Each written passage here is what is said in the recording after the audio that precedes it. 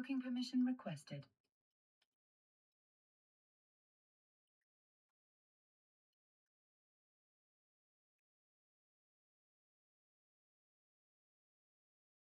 Docking request accepted. Docking permission requested. Autopilot disabled. Waypoint reached.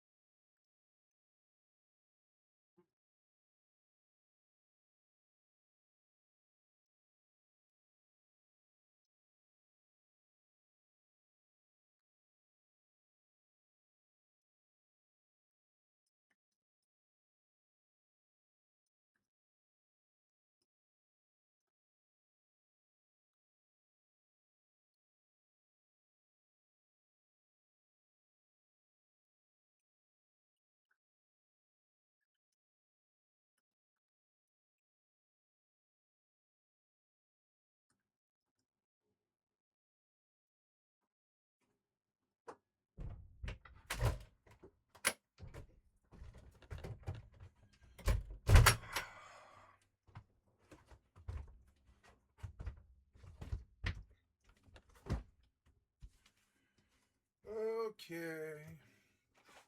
Sorry about that, guys. Had a distraction, and I had to go get done. But I got done.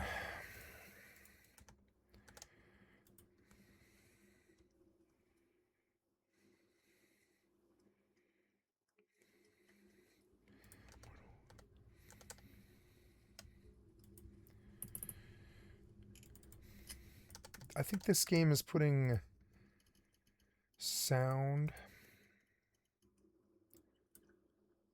No? Is it Eve?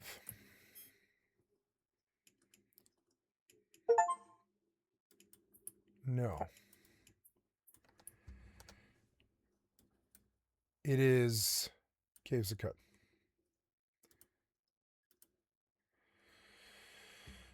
Oh, the ambient. There, it was the ambient. There we go. I don't want the ambient. It took me a while to get it. The IRS, then that's a straightforward tax crime. But even if bribery was too shaky, which I'm not sure about, I think they could have made a strong case depending on what Homan actually did, there are some other crimes that would fit. Public corruption prosecutors have used a whole menu of options to prosecute crooked officials, though that has been scaled back in recent years. One option is honest services fraud under 18 U.S.C. 1346, which says public officials owe the people the intangible right of honest services, and selling influence in secret cheats the public of that right. But in 2010, the Supreme Court narrowed the law in Skilling versus United States, the Enron case, holding it only applies to clear bribes and kickbacks. But again, this kind of seems like a preemptive bribe and kickback. There's also the option to charge conspiracy under 18 U.S.C. 371. The bar is much lower for conspiracy since all prosecutors need to show is an agreement and some overt act in furtherance of that agreement. So this means you don't actually need a successful bribe to charge conspiracy. All you need is an agreement and an overt act towards the end of that agreement. And a bag of cash in a coffee bag could check that box. And even if the actual bribe didn't amount to an official act, prosecutors could charge conspiracy to commit bribery in the future. But since this meeting happened sometime in the summer of 2024, before Trump was elected and before Homan was appointed as border czar, prosecutors would have trouble showing that there was an official act before the Trump administration took power. But on the other side of the coin, all you'd need is some overt act in furtherance of the conspiracy once Homan was an actual official. But it's clear that this administration doesn't want one of its guys to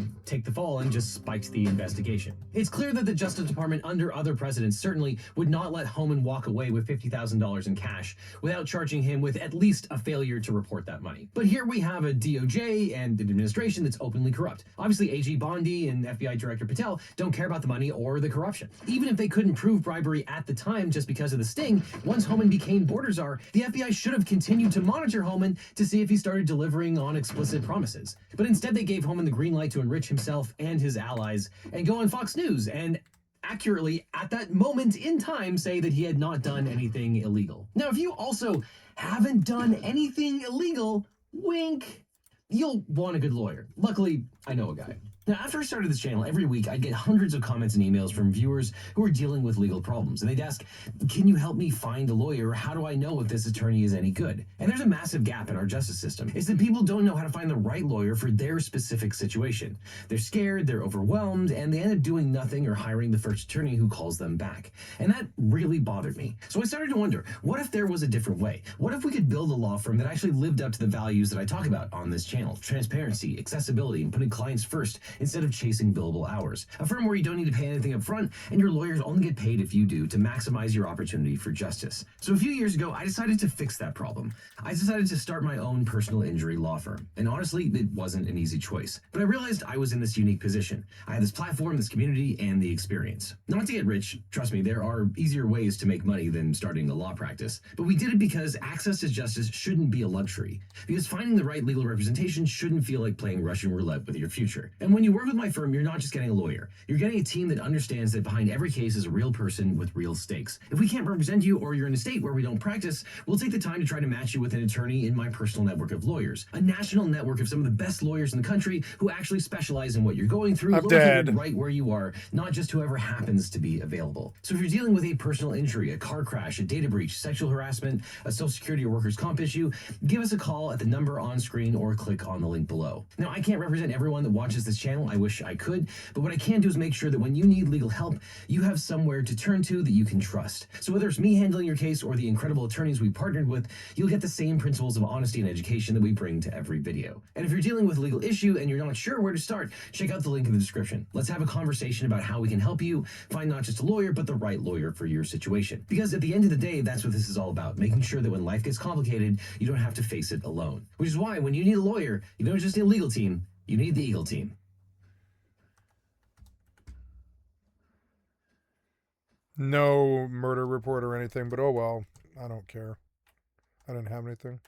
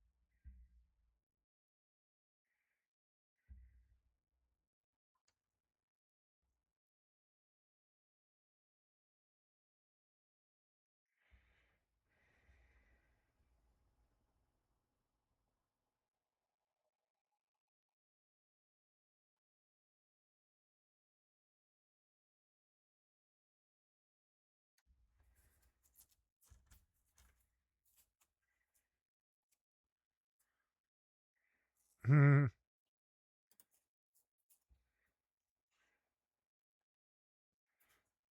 Before we begin, I name dropped them at the end of the video, but I wanted to start this off by thanking the people behind the Human Exception podcast and the r/Jennifer Cornett FF House subreddit for allowing me to use them as a resource. This video would be lacking so many details without them. With that out of the way, let's begin. Hey y'all, David here. Welcome back. As you may be able to guess from how empty this bookshelf behind me is, besides the Legos and the Gur plushie I crocheted, I am in the process of moving. I have lived in Oregon for 3 years now, and I am heading to the UK for grad school. I've no clue what kind of people I'll be living with in the dormitory over there, and I have to confess, I'm a little worried. Roommates of any sort can be difficult. I've had a few come and go in the last few years I've lived in this apartment, and some have been easier to live with than others. But I always tell myself, whenever we get into like a spat or a disagreement, that things could always be worse. Living with others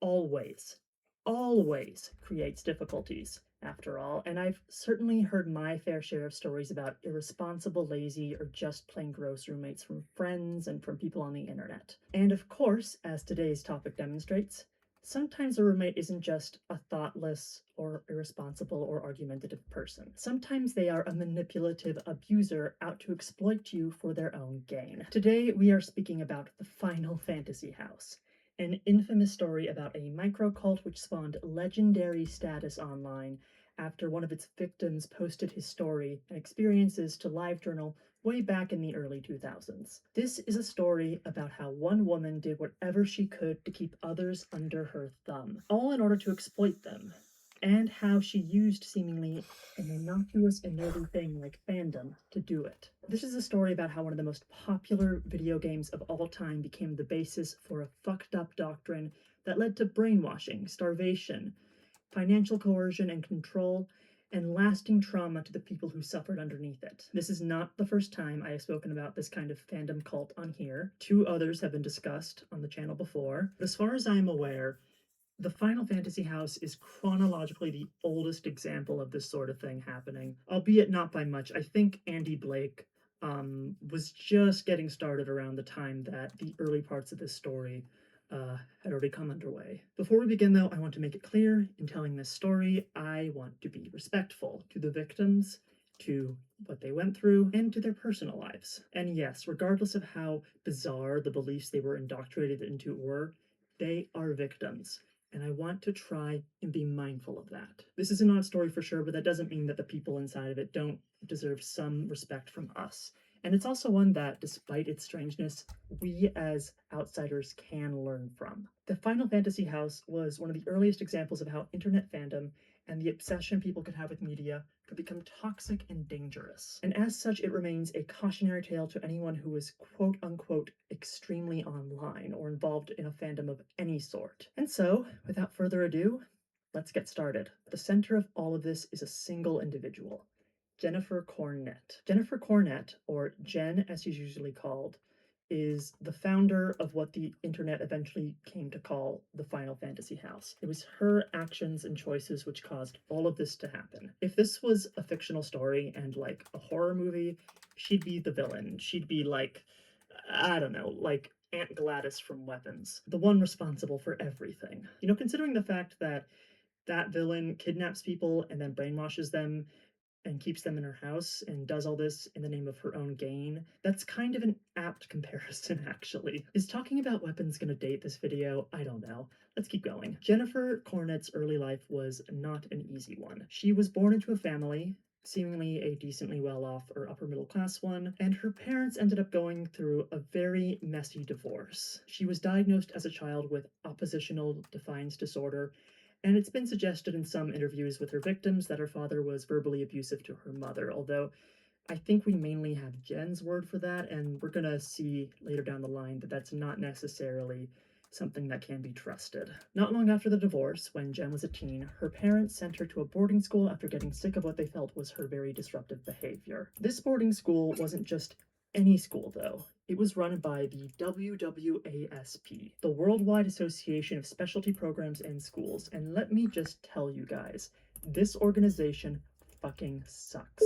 To this day, it remains a huge pillar of the troubled teen industry, and like many organizations within that industry, there are countless stories of abuse from survivors who attended their schools. The troubled teen industry that's in what America happened. is a really fucked up institution, one That's where what happened to anyone, her. where a teen or child is sent, they can be subjected to a variety of abuses in the name of helping them. These can range from enforced labor, beatings, depriving them of food or sleep, even forcibly kidnapping people from their homes without being given a heads up.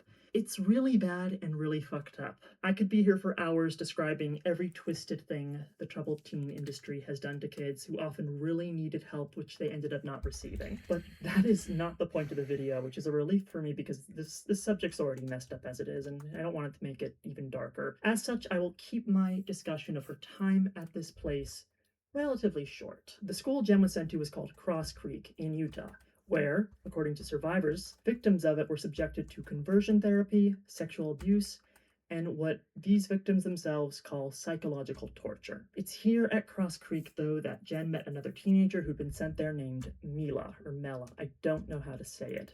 Sue me. This Nice, my friendship axes was are still seemingly there, but they genuine, took my at the time body at the very for some least. reason. To quote Mila herself, we got along pretty good because Jen was known as that crazy girl who thinks she's a vampire, and I was that crazy girl who thinks she's a space alien. I don't know what kind of shit Jen went through while at Cross Creek. Perhaps it contributed to her choices after the creation of the house, but one can only speculate. We don't know. In any case, eventually she turned 18 and Cross Creek could no longer force her to stay, and so she moved back in with her mother. Sometime after that, she began to get involved in online fandom, specifically in the Final Fantasy VII fandom. Online, she ended up meeting with a boy named Nate, who she began dating. Jen introduced Nate to the concept of role-playing, and despite the fact that he was more interested in Final Fantasy VIII and she was more into Final Fantasy VII, they got along pretty good. However, he began to tire of Jen's obsession with role-playing as FF characters. This was something Nate wasn't too interested in before he met Jen, and he began to feel that her focus on it as a hobby was taking something of an odd turn. The relationship ended, and these suspicions culminated in them breaking up during a visit where he caught her speaking to someone else she first met online as well, telling the other person that they were the reincarnated version of a character from the game. And that idea was just a little too much for Nate, who said he wasn't interested in that kind of thing, and as such, Jen all of a sudden just lost interest in him and started dating the other internet acquaintance who she'd been speaking to on the phone at the time instead. Yes, really. I think she may have actually started dating him before this point and was just kind of slowly disconnecting with Nate and just didn't bother telling him. This is something that Jen is going to do again in this story later on. But in any case, now that Nate was out of the picture, she was able to fully focus on her new beau, Hojo. So this is the part of the script where I was going to stop my recap to try and explain a bit about the plot of Final Fantasy VII, but I took one look at the Wikipedia page and just kind of gave up. I ended up asking a friend who's really into JRPGs to explain a bit about the game, and all he had to say was that it was difficult to explain. Guys, I'm trying here. You're not making it easy. I ended up learning a bit about this, but I'm not going to get too in detail. I suppose the details of the game aren't too important. I did learn a little bit about it, and so I can discuss some parts of it that I think are relevant, but I'm not going to give you a full rundown, and with that said, we can now move on with the story. Although before I do, I should probably explain the beliefs that Jen started espousing at this time. As you just heard, she told Hojo that he was the reincarnated version of a character from a video game. Jen, it seems, had become a believer in something which was at the time called soul bonding. Essentially, Look at the weird shit he's got in the background. It's a doll, it's the belief that you're a child's toy, and some fake cactus.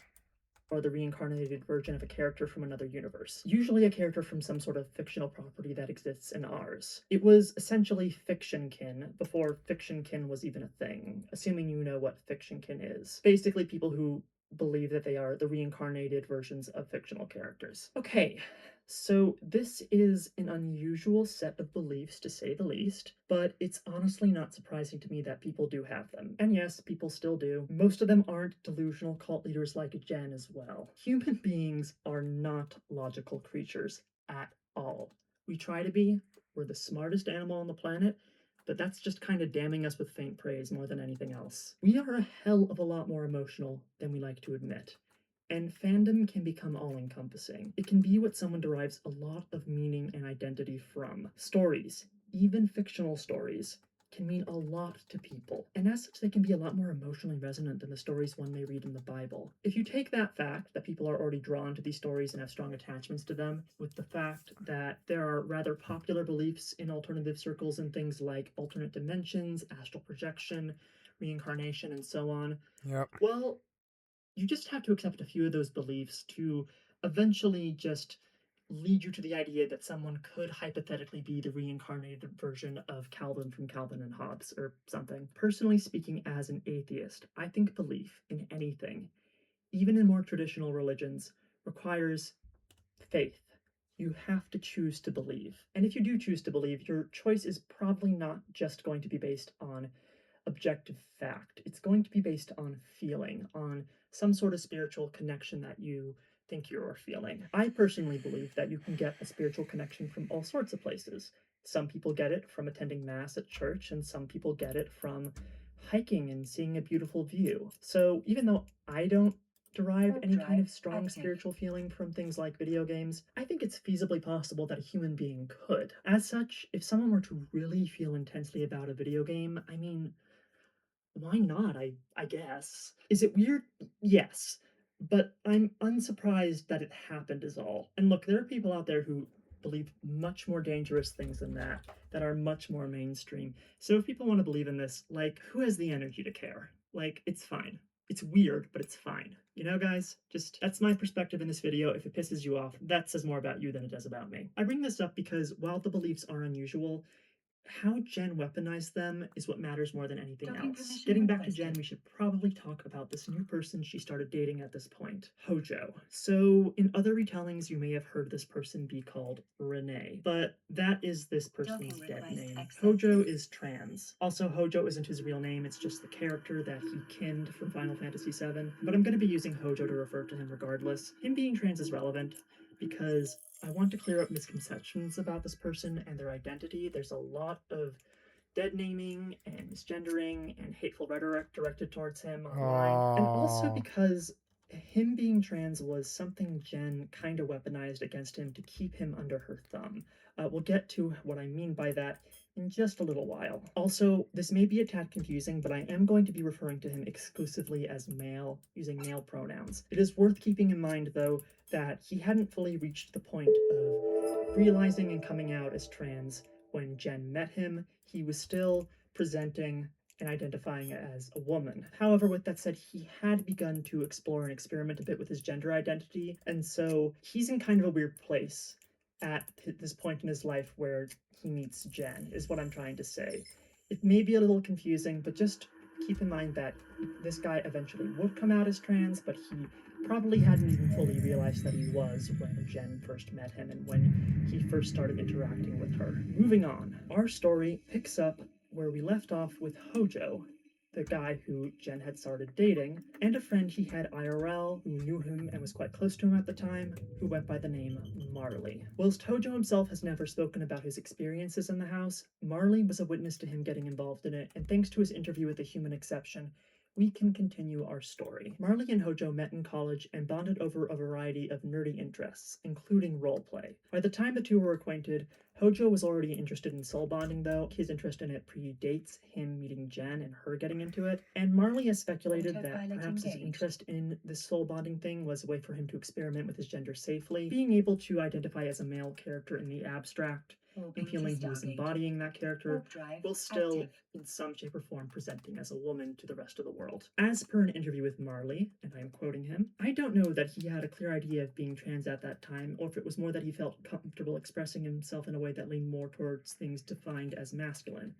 I've always been a tomboy myself, so at that time, that was one of the things that led to us connecting strongly. I get the whole feeling of your body not really being your home. I think for him, soul bonding was how he explored this. He could be a male-identified character, and that was comfortable for him." Jen and Hojo dated online for a while, and then one day, she came to visit. She traveled to the college town Hojo lived in by a bus ticket, which he himself paid for, and she just kind of never left. She just stuck around and didn't really end her trip. It just became permanent. When she was first arriving, though, Marley was asked by Hojo to meet his long-distance girlfriend, and I'll let Marley themselves explain their impression of Jen, at least at this point. "My first impression was of this awkward girl with huge eyes like a deer in headlights. She looked so nervous.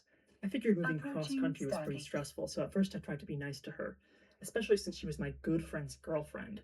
She introduced herself with her actual name, and we went to their new apartment. Jen seemed relatively normal to Marley at first, and she even shared some of her background with them, including mentioning her Re-raise experience 3. I'm getting All hella this seemed to be scrolls. genuine to Marley, but she began to lie randomly, changing details of her background or outright contradicting Getting hella herself not long scrolls. after Nice. that. So yeah, this is something I alluded to earlier, but it's not super relevant to the story, but it is worth mentioning that Jennifer Cornett was something of a compulsive liar, even well before this point, even as a teenager. According to a biography she herself allegedly once posted about herself, all of these things are supposedly true about her. I've been asked if I was Jennifer Lopez. No clue Autopilot about that jumping. one. And I'm known at Disneyland as Indiana Jen, the girl who gives temple tours for free because tourists are always getting lost. I don't know why that's in quotation marks, but whatever. I can't go to Hollywood because I get chased by people who Moving to think I'm Stargate. famous. Goddamn Warp drive advice. active. Walk like you own the place. Given to me by a security guard who let me on the set of Anaconda, a particularly craptacular movie, or so I've heard. If you've seen it, you know that big waterfall? Yep, I was on top of that, and in that old riverboat. I think I'm particularly ugly and unlikable. I'm not sure why people like me, but some seem to. I have no father, and my mother isn't human. My crazy Uncle Michael works for MI5, and My my mother best isn't guy friend human. was created in a super secret laboratory in Glendale, California, and born in the same hospital I was in Pasadena, which leads us both to believe that I might be part of the same project. My husband, by the way, Like besides being Eve, Metatron, like is Eve also a 6 or no-wife whatever. kink. Not a Nosferatu, no, but an Echthneros, and a mad scientist, and an emperor, and a priest. I shared that quote with a friend, and his response was, "As a literary critic, I have to say, the lore is overcomplicated." And you know what? He's right. The lies Jen was telling Marley and Hojo's other friends weren't this out there, seemingly, but she was still contradicting herself and completely obfuscating the truth about her Approaching background. Stargate. At first, Marley says, her story was that her ex, of whom she had lots of pics she loved to show off, was controlling and abusive, and she had to leave California to escape him. She had this one photo of him that she would pull out all the time at first when her strategy seemed to be making Hojo feel like he was supposed to compete with this guy, so Jen wouldn't just leave and go back west. Over time, probably after he kept refusing to give her money and she realized that demonizing people got her sympathy and stronger connections with others in her orbit, he became this demon who had abused her and was constantly attacking her with magic, etc. Okay, maybe the lies got out there pretty quickly during this trip as well. At this point, she was not accusing her family of anything and was in regular contact with them.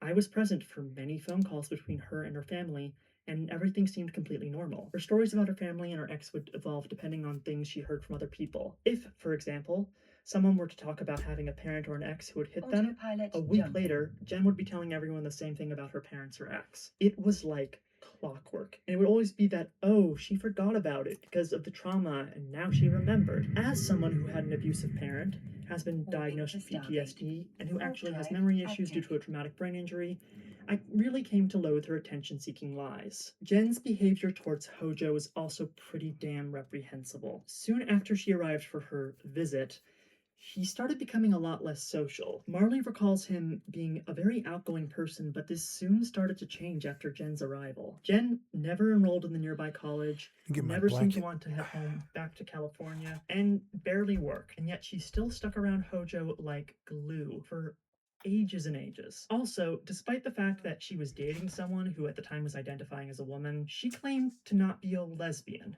which on its own would be fine. I mean, bisexual people exist, as do pansexual people and so on. But she claimed she wasn't attracted to women at all. Marley says Jen would often tell Hojo that he could never satisfy her because Jen was not a lesbian, and Hojo could never truly please her because he didn't have, quote, the right equipment to do so. She would moon over that photo of her supposedly abusive ex because he could satisfy her in ways she told Jack he never could. Girl, just get a dildo. It's all really gross, but it worked how she wanted it to. Hojo seemed to think he was going to have to accept this male identity that was being pushed onto him. I'm obviously not saying he would never have arrived there on his own, but more that he was pushed into things much more quickly than the pace he was moving at before he met Jen. I think this was part of her tactics towards undermining his sense of self, forcing him to be what she wanted, making him feel insecure about the relationship. He wasn't ready to publicly be the person Jen wanted him to be, so he became more and more isolated. Okay, so I have no clue what kind of conversations about gender identity, if any, Jen had with Hojo at this time, but to me, however, this reads like Jen was at least somewhat aware that he was maybe experiencing gender dysphoria and was playing on that deliberately to make him more insecure. Whether that was her intention or not, that seems to have been the result. And I don't know, I suspect that even if she didn't know that he was trans, she could tell that this was something he was insecure about. Also, despite supposedly finding the body Hojo had at the time disgusting, Jen would sometimes openly grope him in public, while others were watching. All of this despite the fact that Hojo was not very comfortable with displaying that sort of affection in public, I might add. When frat boys would walk by, Jen would immediately start groping Jack and shoving her hands down his shirt. She's all about the attention, and Jack didn't enjoy it at all. I may have called him Jack before, but that's another name that Hojo used, or that he uses now. That's his real name. I'm still gonna mainly use Hojo, but if I accidentally say Jack, that's who I'm referring to. I didn't get it at the time, why he'd be with her when she did that kind of stuff to him, and TBH, I still don't actually get it. And honestly, me neither. Like, if someone was just forcibly groping me in public when I didn't like it, I mean, I would just get away from that person. But I digress. Months passed, and then Hojo and Jen were suddenly getting married. At the time, it was illegal for two women to be married in the state of Pennsylvania where all this went down, and Hojo's legal gender hadn't changed. So this would have been an issue. They ended up having a more symbolic wedding ceremony, but, didn't actually file it with the state. Specifically, they had a hand fasting, which is a pagan form of wedding. It was a small ceremony, mostly with just Hojo's friends as guests, since nobody really knew Jen at the time. And before that, they even had a joint bachelorette party as well, at Hooters, of all places. Side note, I have to admit, I find something kind of funny about a quote-unquote lesbian bachelorette party happening at Hooters. I don't know, it tickles me for some reason. After the hand fasting, Hojo's behavior began to change further. He began missing work hours and didn't attend as many classes as he once had. Now that they were married, it seems, Jen had begun to use the fact that she was his wife as leverage so he'd do what she wanted, Marley describing it as such. Jen would refuse to let him leave the house. He got in trouble for absenteeism. He either quit or got fired. Eventually, I don't think he worked at all and was just home pretty much all the time. Regardless of anything else, Hojo was now fully under Jen's thumb, and his life suffered greatly due to it. And unfortunately for Marley, while they noticed the change in Hojo's behavior, they weren't aware of how bad things were getting. And he was soon leaving to study for a year abroad in Japan, so there wasn't much he could do about it either. Hojo was already completely isolated because his abuser had made him cut contact off from the rest of the world, and now one of his closest friends that he still had was leaving. He was in a really bad place. He was even more vulnerable to her abuse than he'd already been up to this point, to say the very least. And this is probably as good a time as any to talk about who Jennifer said she was soul bonded to from Final Fantasy VII. While Hojo believed he was bonded to the character of Professor Hojo from the game, hence the name I'm mainly using for him, Jennifer believed she was bonded to the character. Hojo was such a creepy she really counts as character. one, of Genova.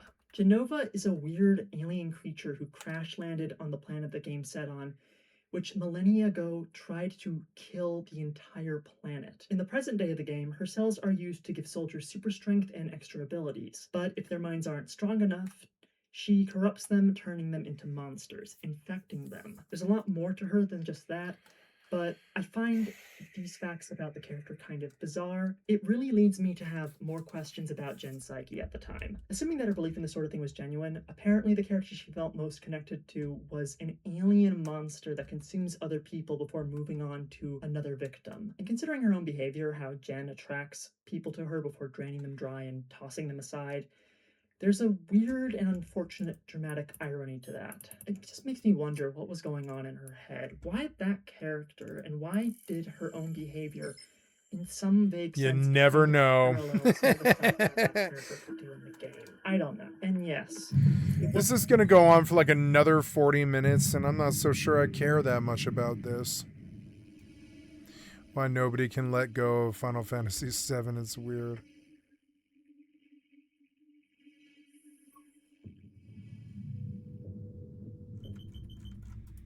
wasn't just Hojo who she went after. Jen's influence did not just extend to a single person, I'm afraid. Not at all. The Final Fantasy house was only just beginning to be formed at this point. So, this is where one of the most famous people to share their experiences with Jen stepped into the picture. Icarus. He's the one who put together a website which featured his own story as well as several others, which was the main source of information about the story for a long, long time. And I think it's time to hear a little bit more about him specifically. Icarus was an active member of the Final Fantasy fandom and ran a fan page devoted to his favorite characters from the game, namely Cloud and Zack.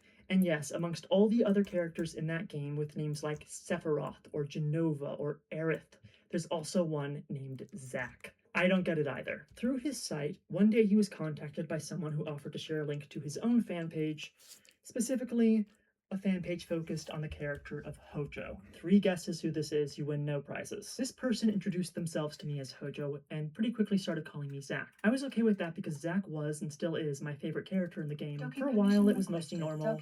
This Hojo person seemed to be just another normal webmaster. We didn't have a whole ton in common, so we didn't talk that often. And then one day, Icarus posted to his fan site a piece of fan art with a short bit of fanfiction written underneath it, and Hojo messaged him. It was really realistic, he said. Is that a memory? And understandably, I was like, what? Is that one of your memories? Hojo then asked Icarus to speak to his wife, to Jen, and she started sharing her beliefs with Icarus, proselytizing like she once did to her ex-boyfriend Nate. I was asked if I had any memories of past lives. I do believe in past lives. I think it's a pretty valid cycle given how many cultures believe in it. So I told her no, I didn't have any, but I did believe in them. I should never have said that. It was like inviting the vampire into my house. Jen's attack was swift and sure. She began in a flurry explaining things to me, how there are alternate universes. Do you grant me that? Sure, there could be. And in those universes, Do you grant me that? just maybe, video games actually happen. I thought it could be possible because I like you grant me imagining that? anything's possible. Through all this flurry, she tells me that she thinks in a past life I was Zack from Final Fantasy VII. If you think about it, she said, you're both country grown. We both have that instinct of dragging out friends who could be left behind. How did she know that? They were just internet friends and not very close ones at this point. I don't know. You take a bullet for someone, right? It's a strange assumption to make about a person as well. You say you don't believe in magic or any of that, and he wanted to be a mercenary. For all of his 5 or 6 lines, you have a similar speech pattern. How did she know that? Okay, I need to stop asking questions. You even live in a basement like he was locked in one, and you hate it. Addle your brain with freshman idiocy and vodka, he continued, and this will suddenly make sense. Sure, maybe, but I'm not him now, I said.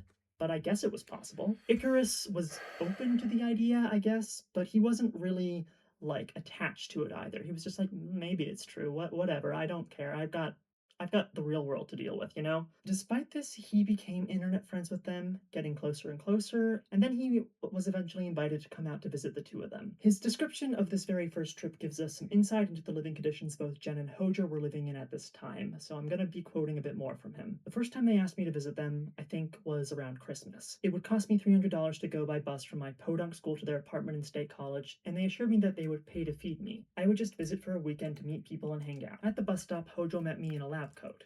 When we arrived at the apartment, Jen, who insisted I call her Genova and would often refer to herself as Jenny Nova, came storming up to Hojo and I, screaming in Hojo's face. I have no idea what it was about. She was wearing a purple skirt pulled up around her breasts. It looked like she had just got out of bed, and I was, to say the very least, intimidated. About 3 seconds later, though, she rolled around in a quick change, suddenly the nicest person ever. Whatever she was mad about was suddenly out the window. During this trip, we got brief hints of some of Jen's other behaviors as well. For example, Jen had a habit of beginning to channel other people and personalities in order for things to go her way. Icarus wrote about this. She believes that she has a lot of people living inside her head talking, and when she wants to take on a personality that best fits a situation for her personal gain, she acts one out. I.e., if she wanted to get sympathy, she would raise the pitch of her voice and pretend to be an innocent child. Something really bad some happened to people her have when she was a supposedly kid. speculated that this means that she may have DID, dissociative identity disorder. Yeah. But this is not a description of how Borderline that disorder, works. borderline People with personality DID don't disorder, just BPD. suddenly shift personalities whenever it's DID. convenient and most opportunistic for them to suddenly have something go their way. From what I've read, it can actually be deeply inconvenient. This was just her pretending to channel people so she could try and manipulate people whenever things didn't go her way. It was a way for her to try and play to sympathy. And that was it. Icarus also observed that how cluttered and messy the apartment the two of them were living in was, and began to realize just how seriously Jen took the whole soul bonding idea as well during this trip. At one point, she showed Icarus the quote-unquote magic battles that she sometimes undertook with Hojo, which were basically just the two of them LARPing and pretending to throw thunderbolts at each other and stuff. However, she didn't say that this was role-playing. She claimed that the magic actually was happening. She would swing around a stick or a sword to music and feign injury when Hojo threw stuff at her after making some goofy hand movements. Hojo would do the same when Jen would thrust her staff forward or something. They tried to get me to do it, but I can't act. I can't pretend I'm doing magic because I'm not that out of it. There's some kind of douchey comments sprinkled here and there in his very first account of this, but you know what? He was angry and confused, and like they really fucked him up. So I kind of understand the tone, but I just thought I should at least acknowledge it. Eventually, Jen dragged me onto my feet. I kept laughing at both myself and the fact that I could do some sort of limp wrist movement, and Jen would throw herself on the floor panting. Afterwards, they kept telling me, "See, Zach, you can do magic," and I just kept laughing. I knew what I was doing. I was not that out of it, but I was ready to keep humoring them because it wasn't hurting anyone. Incidentally, I don't think this happened during his trip, but during one of these magic battles, Jen actually once got arrested and got mentioned in a local paper because of that. Despite all this Aw. strangeness, Icarus remained on good terms with them and visited a few more times after that. And then Jen began asking for money for food when he visited, despite the fact that it already cost him $300 for a ticket to come as it was. And they also kept trying to get him to remember being Zach. At one point, even locking him in a room in one of the school's basements to try. You know, this reminds me of a couple that I met when I was homeless and I was a meth addict. And they invited me over to their garage, and their garage was like, they were like living in the neighborhood, and they would eat all their food from the Safeway down the street in my neighborhood. And like they were obsessed with this video game named Eternal Darkness on the Nintendo GameCube, because and also what was the other one? Crash Bandicoot, something about Crash Bandicoot. And like all they did was play those two games, and their garage was just like a bed and a television, and then a whole bunch of like hoarder stuff. And you could tell that the parents hadn't talked to the kid probably in years. Totally absentee, drunk or something, totally not there. Absent parent, and they were like 17.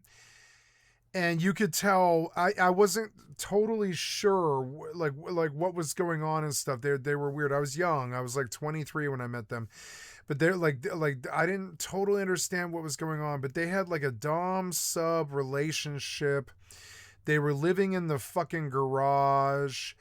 Neither one of their parents, I think, had been there in the last like 5 years. You could see they were totally free. They weren't in school. They weren't like they were like about as neat as it gets. I don't think they probably ever had jobs. They probably never had jobs or schooling or anything like that. And they were white, but they were like, and the girl, it's weird as it is 20 years later. I remember that the girl was fairly attractive. She was like actually a pretty very pretty girl. And the boy or whatever, he was fine. They weren't like fat people or anything like this. They were fine, but like they lived this life in squalor, and you could tell that they were doing every drug that they could get their hands across, and they were totally feral. They were like kids living in the fucking streets.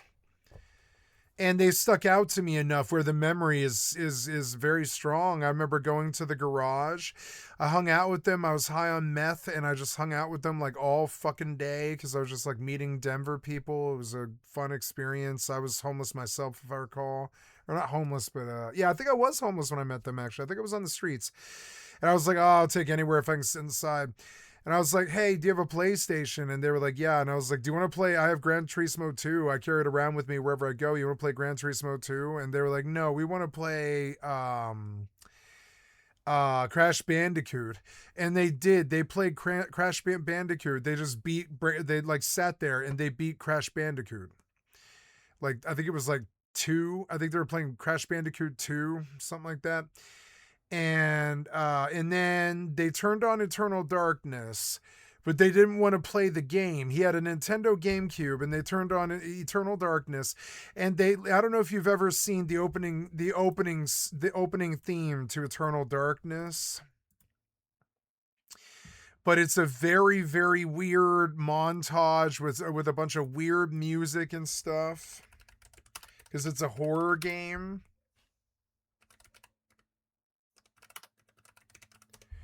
The opening intro is fucking weird. The title screen to the like the so it just runs this over and over and over again. It's like the same six splash screens over and over again, and then this thing about this green thing. Yeah, there it is, Nintendo. Yep. And this particular bit just ran over and over. Will come to understand fear as I have. And it ran over and over and over again. And they were just like smoking cigarettes and just being young kids. Totally lost. The only other time I've ever seen anything remotely close to it is like the kid in the REM video for It's the End of the World. They were living lives like that. They were like these American kids. They weren't required to go to school. They weren't required to like, I think they were living off of like ramen, and they weren't really required to do anything. And they were like running in and out of like the neighborhood, and they were meeting neighborhood people, and they were just like getting high with them, hanging out with them and stuff. And it's weird. And they weren't the only people I met like this. I met a whole bunch of people all around Denver that were kind of like that. I met a girl, and it was weird because I could tell the minute we met, we had chemistry, and I could see it in her fucking eyes. She wanted to jump me the second we met. And I'm not happy about this, but she didn't tell me she was married. And so the day we met, she was like, come to my car with me. We met in a hotel room in a drug dealer's place. And she was like, come to my car with me. And she jumped me. And she made out with me for like 2 hours, and she let me grope her. And she like jacked me off in my pants and shit.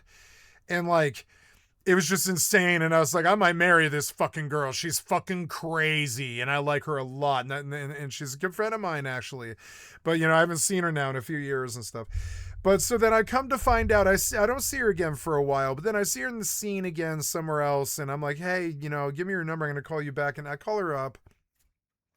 And, like, she like has me meet her at her storage locker, and she like has me sit there with her at the storage locker for like 8 hours while we just like we get high on meth in the storage locker. And she's like, I just don't want to leave the storage locker. And I'm like, that's okay.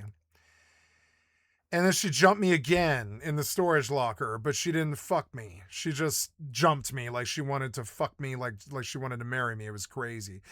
So then I called her up and I was like, hey, didn't you say you could get dope? And she was like, yeah, I can get dope, whatever you need. And I was like, okay, well, like, can you get like an ounce? Cause I got nobody else. I'm looking for an ounce and I got people looking. And she was like, yep, I can. And I trusted her enough to do that. And I showed up, and she's living in the garage of her I think it was her husband's grandmother's like fucking garage. And the third time I met her, she like introduces me to her husband. And I'm like, hi. And I think back and I'm like, have I fucked this girl? And I'm like, no, I did not fuck this girl. No. She jacked me off in my pants. And we've like made out for several hours, you know, and the chemistry was fucking there. As she's let me touch her vagina and all this shit. And then she introduces me. She turns me on still to this day, even thinking about it. And like, then she introduces me to her husband, and I was like heartbroken. I was like, no, you're married? And she's like, yeah, we've been together for 17 years. And I was like, oh my fucking God. She was like, yeah, we've been together since I was like 16 and shit. And I was like, oh, okay. And they were living in a garage that really didn't have enough room for two people. It was like a shelf, a walkway in front of the shelf. Think a Rust 2x1. Like, it was like two people living in a Rust 2x1. It was like that amount of space. It was like a garage the size of a 2x1. And half of it was the parents' shelves and stuff and all the canned food that they had stockpiled. And then there was like a crappy Prince size bed in there that they've been living in and doing meth and sleeping in there in the fucking garage. And that's the sort of people that the Final Fantasy house sort of remind me of. Now, the Final Fantasy house had all the crazy nerddom with the nerd stuff, and it's a way better story. But, you know, I'm terribly sorry here. I'm gonna, and so that girl, she like calls me up like a you know, like a year later, and she's like, how come we never got together? And I was like, you're fucking married. And she's like, oh, right. And I was like, yeah, you're fucking married. And she's like, you know, he doesn't care. And I was like, I do. I do. And I was like, we already technically sort of did hook up. And she was like, no, you didn't like go deep. And I was like, yeah, no. Sorry, I'm not going to fuck you. You're married. You introduced me to your fucking husband. It was crazy. So then I just stopped talking to her, which, you know, but it was sort of sad. The day we met, though, we hung out for like 2 days. Like, she was like, come back to my car. And then she like hopped in my fucking lap and just made out with me for like 2 hours and shit. And then we hung out for like 2 days. And she had the kind of husband who just didn't care if she did shit like that. He didn't care. He's probably off getting high somewhere. He just didn't care. And that's a good dear friend of mine in the scene. And my business partner that got me intrigued, she's the biggest, she was, I don't know if she still is, probably not anymore, but she was the biggest fucking, like, you know, the biggest kingpin in fucking Denver. And my friend A knows my other friend A, and they have the same name. Oh, I'm sorry. Excuse me. I'm getting an interruption.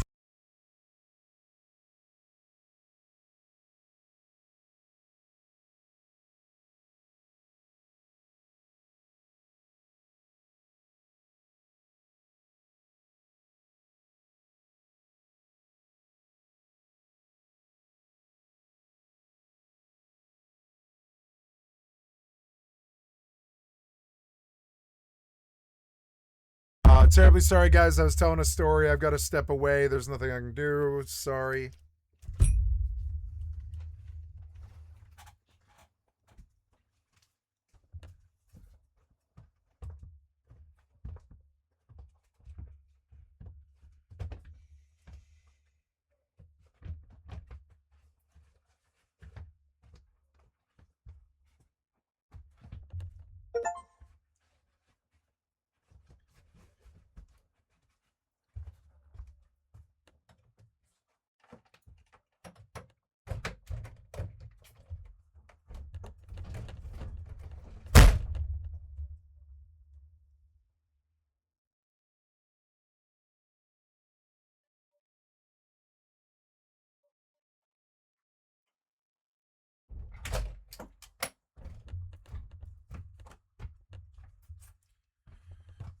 Ugh.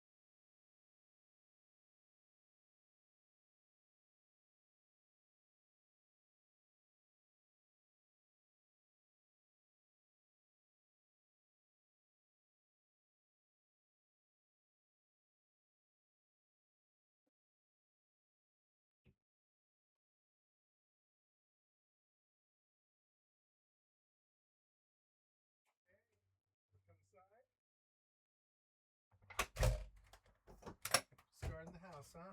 All right. You come in if you want, kitty. You want to get warm? Come on in home. Oh, I love you. I love you so much. You're such a good kitty. Welcome home, kitty. Welcome home.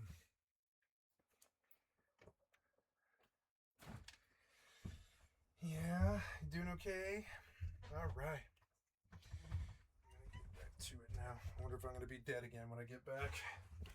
No. Hey. Yeah. Hello, kitty.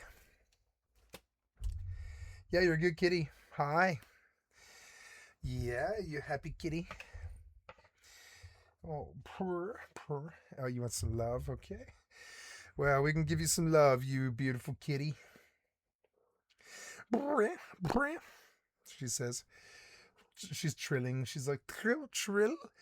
Purr, trill, purr, trill. Oh, hello, kitty. Yeah, oh, we love you so much. Welcome home, kitty. Yeah, do you have ear mites? Let's look at your ear and see what's in there. No, I think you're probably okay.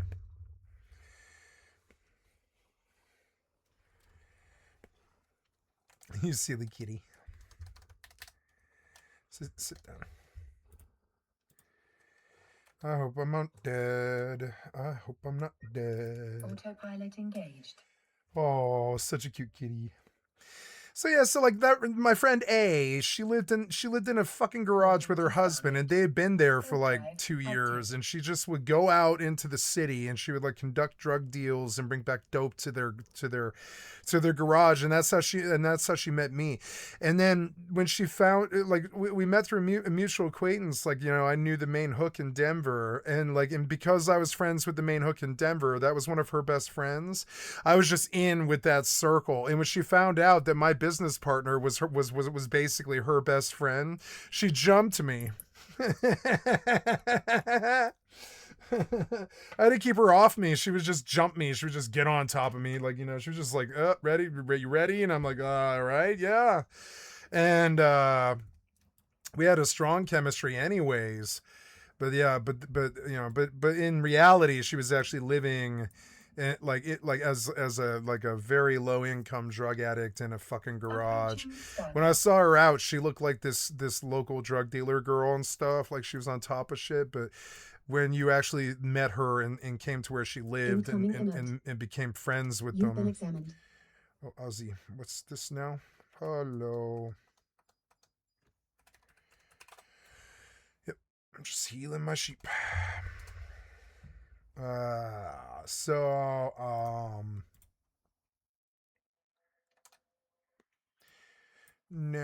I autopilot. Oh, thank you.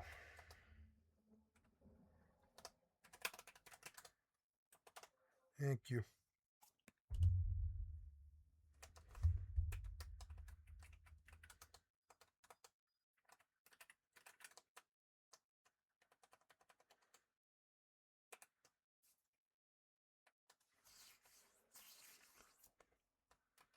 Autopilot jumping. A beast coin from the alchemist. So dumb. So I'm not dead. Which is good. I'm not dead. Warping to Stargate. Warp drive active.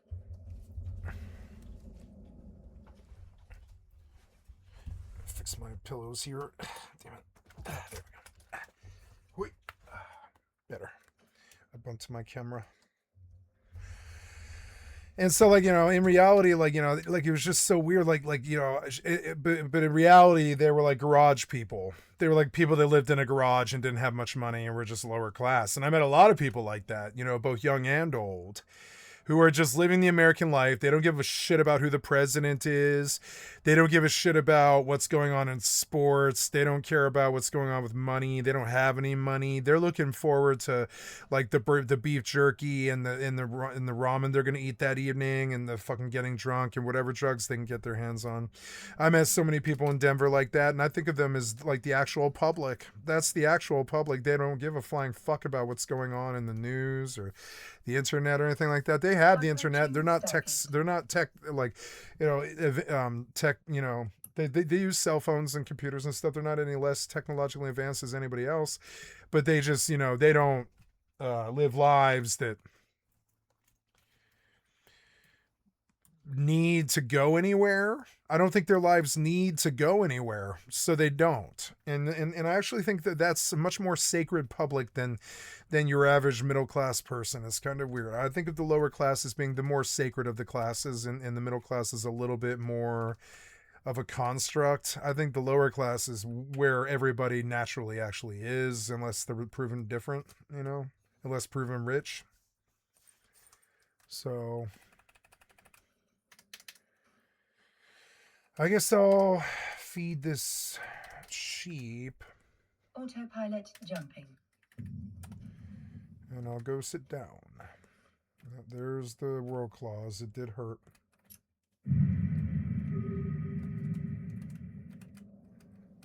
Warping to Stargate. Warp drive active. Why aren't you chopping? Good. Oh, sorry, Kitty. I didn't mean to block your pad. Slide. I'm gonna pull you over, Kitty. Oh yeah, I'm gonna bring you closer. Hi. Oh, I love you so much. You're such a good kitty. Oop, what's this now?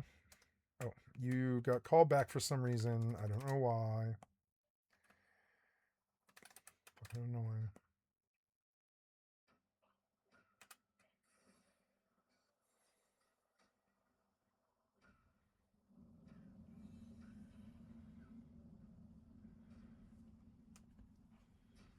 Beautiful kitty.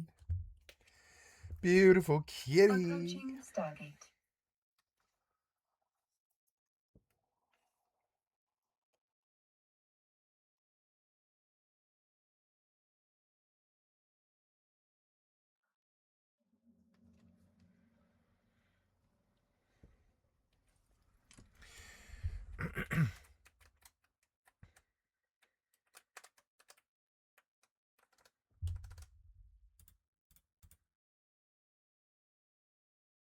Fucking annoying.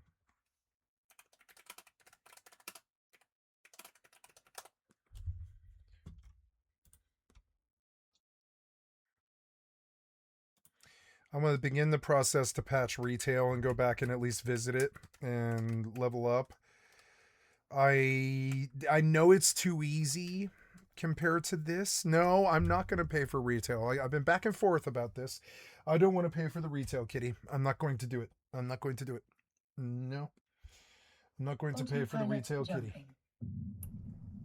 Not going to pay for the retail, Kitty. Not going to pay for the retail, Kitty. No, I pay for too many games. It's time to sit back and I'm already paying like a monthly for this. I'm already paying a monthly for this,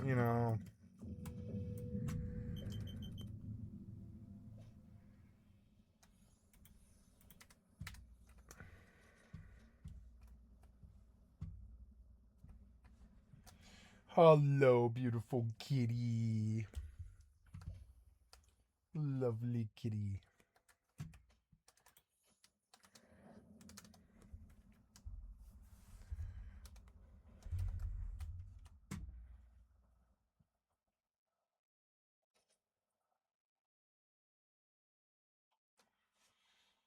You kind of get sucked in, huh? Let's put you up here where it's flat. There you go. A little bit more flat for you, kitty. Yeah, flatter, right? So you don't fall. There you go. Poor kitty.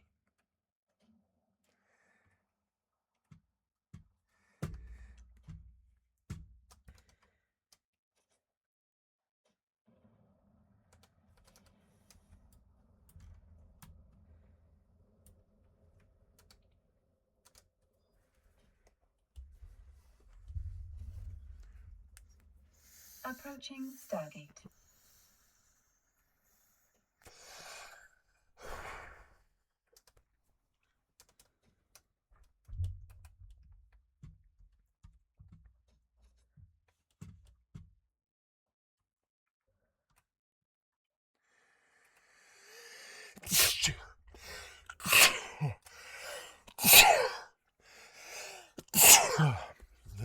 I didn't know I had to sneeze.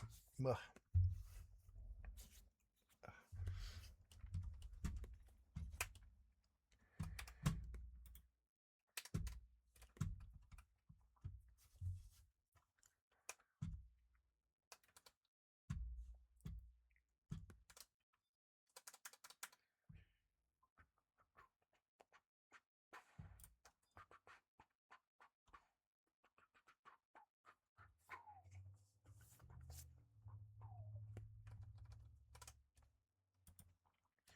Autopilot jumping.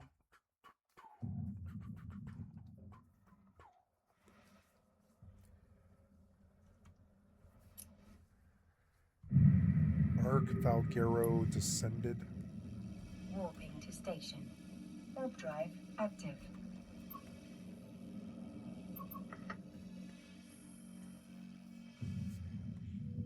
It's a kid gaming with Wacky Shack 222. Oh my god.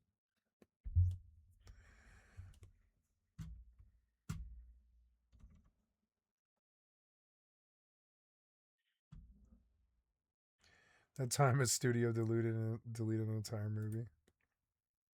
Anyone who's ever had their computer crash halfway through a project understands the pain of losing that work forever. Whether it was an essay for school, or an edit of a social media post, or even a video game save, there are few things worse than the sinking feeling of knowing hours upon hours of work are down the drain, lost for good. And when the work that's lost is creative, then that product is often impossible to replicate the same as it was. I mean, between Approaching performances, station. or artistic choices, or the nuance of those decisions. They're almost never the same the second time as they were on the first pass. But what if I told you that in 1998, somebody did that with a $90 million animated movie, upon which an entire company was relying on? Oh That no. company was Pixar Animation. Oh, The movie no.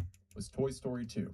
Hello, everyone. Oh Today we're no, they lost the final cut somehow. Was it a fire? A server fire? Oh my We're going to talk god. about that time someone deleted Docking an permission entire movie. requested. Before we begin, I Docking want to shout permission out my friend requested. Smitty for Docking getting me request this accepted. fantastic shirt. If you'll remember, I covered the exploding whales video a while back, and he managed to find a Autopilot Hawaiian shirt that the disabled. local Waypoint baseball team reached. made with the exploding whale logo in collaboration with their local Hardys, or Carl's Jr. That is the craziest find ever, so thank you, Smitty, for that. Speaking of really cool shirts, the Brainwash collection is only available for another week or so. So if you want to get in on it, head to the link in the description at wendigoon.shop, and if you decide to support us there, it really does mean the world, and really, thank you. And of course, a massive thank you to the people who allow me to not worry about accidentally deleting a video and therefore ruining my entire life.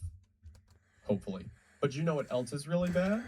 Getting burned by your old wireless bill. But luckily, today's sponsor, Mint Mobile, has your back. See, Mint Mobile reimagined the wireless shopping experience and made it easy and online. That means no stores and no salespeople. And like any good wireless service, they offer unlimited talk and text on the nation's largest 5G network. That's 5G coverage to 98% of Americans and 4G LTE coverage to 99% of Americans. Plus free calling to Mexico, Canada, and the UK. Mint also introduced the concept of bulk buying to the wireless space. So the more you buy up front, the more you save in packages of 3, 6, or 12 months at a time. And much the same, you can choose the amount of data that's right for you.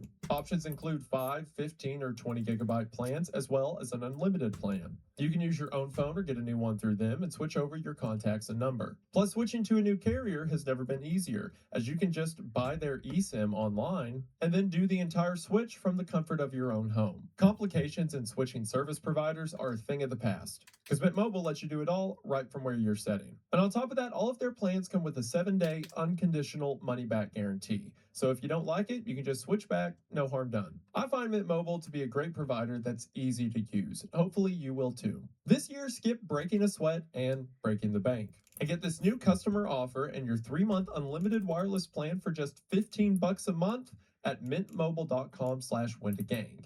Again, that's mintmobile.com/wendigang. Thank you all for watching the ad. Thank you to Mint Mobile for sponsoring the channel. Their link will be in the description. We are now back to the video. We are going to go ahead and get into it, but as always, thank you for watching. Pixar is the biggest name in animated feature films today, having been acquired by Disney in 2006 for $7.4 billion. Known for franchises and standalone films like The Incredibles, Cars, Finding Nemo, A Bug's Life, and Up, the studio's commitment to innovation and creativity has earned it numerous awards, including Oscars for Best Animated Feature, a dedicated fan base, and toy sales rivaling the GDP of several small nations. It's hard to imagine a time when Pixar wasn't a household name. But in 1986, it was nothing more than a small animated studio who produced commercials for various companies. Founded by George Lucas in 1979 as the Graphics Group, a division of Lucasfilm, Pixar initially focused on computer graphics technology for special effects in films. However, around 1990, Andrew Stanton and Peter Docter joined the company. By 1991, each had animated their own commercial, with Pete Docter animating Boxer for Listerine, and Stanton doing a Trident commercial called Quite a Package. As Pixar themselves put it, quote, "This commercial work gives the company invaluable experience in pitching, storytelling, and working with clients, and allows it to develop and refine its production pipeline." A couple years later, Disney and Pixar announced an agreement to, quote, "make and distribute at least one computer-generated animated movie." And in 1995, the company made its mark in the animation industry with the release of Toy Story, the first ever full-length computer animated film. Directed by John Lasseter, Toy Story introduced audiences to a world where toys come to life when humans aren't around. The story followed the adventures of a cowboy doll named Woody along with other various toys owned by a child named Andy. Woody, Andy's favorite toy, has his wonderful world turned upside down upon the arrival of Buzz Lightyear, a Space Ranger action figure powered by batteries and stuffed with, at the time, the latest in tech features. Threatened with the possibility of being replaced by Buzz, Woody wages a scheme against Buzz that sets himself, along with the rest of Andy's toys, off on an adventure far from the safety of Andy's room. The engaging characters, humor, and plot, along with the innovative animation techniques used, established Pixar as a pioneering force in the world of animation. Off a budget of $30 million, Toy Story earned almost $400 million at the box office, setting Pixar up to be the next big thing. But thanks to a critical human and systems error, Pixar was this close to coming undone before they had the chance to become who they are today. In early 1998, the offices of Pixar Animation Studios in Richmond, California were busy. They were in the throes of their next big project, Toy Story 2, a sequel to the 1995 hit. While it initially began as a direct-to-video sequel, thanks to the lower overhead and financial success of others like Aladdin, Return of Jafar, Disney execs had been so impressed with the early footage of Toy Story 2 that they moved it onto their theatrical slate and gave it a $90 million budget. More than 30 animators, technical directors, and production staff were clocking long hours, pouring love and precision into every frame. It was then on an otherwise unremarkable day in 1998 when supervising technical director Galen Sussman and her colleagues arrived at Pixar's digital animation lab ready for another day of polishing scenes. The movie had less than a year before release, and they were about 90% of the way through production. It was all coming together. But, as they worked, something was wrong. Models were disappearing. Animation files were vanishing in real time. Associate technical director Orrin Jacob was working with Larry Cutler and Larry Apparel when they began to notice elements of Woody's outfit disappearing. It started with his hat, and then his entire model vanished. As Orrin Jacob tells it, quote, "Larry Cutler was in that directory and happened to be talking about installing a fix to Woody or Woody's hat. He looked at the directory and it had 40 files, and looked again and it had 4 files. Then we saw sequences start to vanish as well, and we were like, oh my God." I grabbed the phone, unplugged the machine. Jacob continues, quote, "He had an error. I forget the exact one. It was like directory no longer valid because he's in a place that had just been deleted. Then he thought to walk up a directory and he walked back up. And then we saw Ham, Potato Head, and Rex. Then we looked at it again and there was just Ham and then nothing." Assuming it was a temporary glitch and that the system was under some sort of maintenance, the team stepped out for lunch and an extended break to give the system time to come back. But when they returned several hours later, they discovered that only 10% of the film's assets were in place. As you can imagine, panic was starting to set in. You don't have but they weren't backups? fully panicking yet. Galen Sussman requested tape backups of the film from the IT department. Using those archive tapes to restore the project and all of its assets, the rest of the production team was invited back in by department heads to continue work on the film. They felt confident that the archives had restored everything back to where it had been before the glitch. But there was a problem. A critical error that prevented the backups from properly archiving their work. Because this kind of workflow was relatively new to the industry, Pixar did not regularly test their backup protocols. It hadn't been backing up anything for weeks. Moreover, what was available was barely usable. Quote, now sadly, what's happened is that there is zero confidence in any solution because the restoral is bad, the work on it is bad, the deletion was horrible, and the backup tapes are busted. So the executives at Pixar, along with the department heads, sat down to assess the situation and fate of Toy Story 2. At the very least, it would have to be delayed. At worst, the entire movie would have to be scrapped. So of course, this asks the question, what happened? I mean, what went wrong that put an entire company in this situation? Well, on the Linux machines they used at the time, there was a command, rm*, which removes everything on the file system as quickly as possible. The command, as it turned out, had been run by accident. Oh, a technical no. director who to this day remains unnamed for reasons you could probably imagine, had attempted to clean up some files on the production server. But due to a small typo in a command line, essentially a misplaced backslash, the system interpreted it as an instruction to start deleting the entire production tree. In other words, it commanded the system to begin removing every file below the current directory.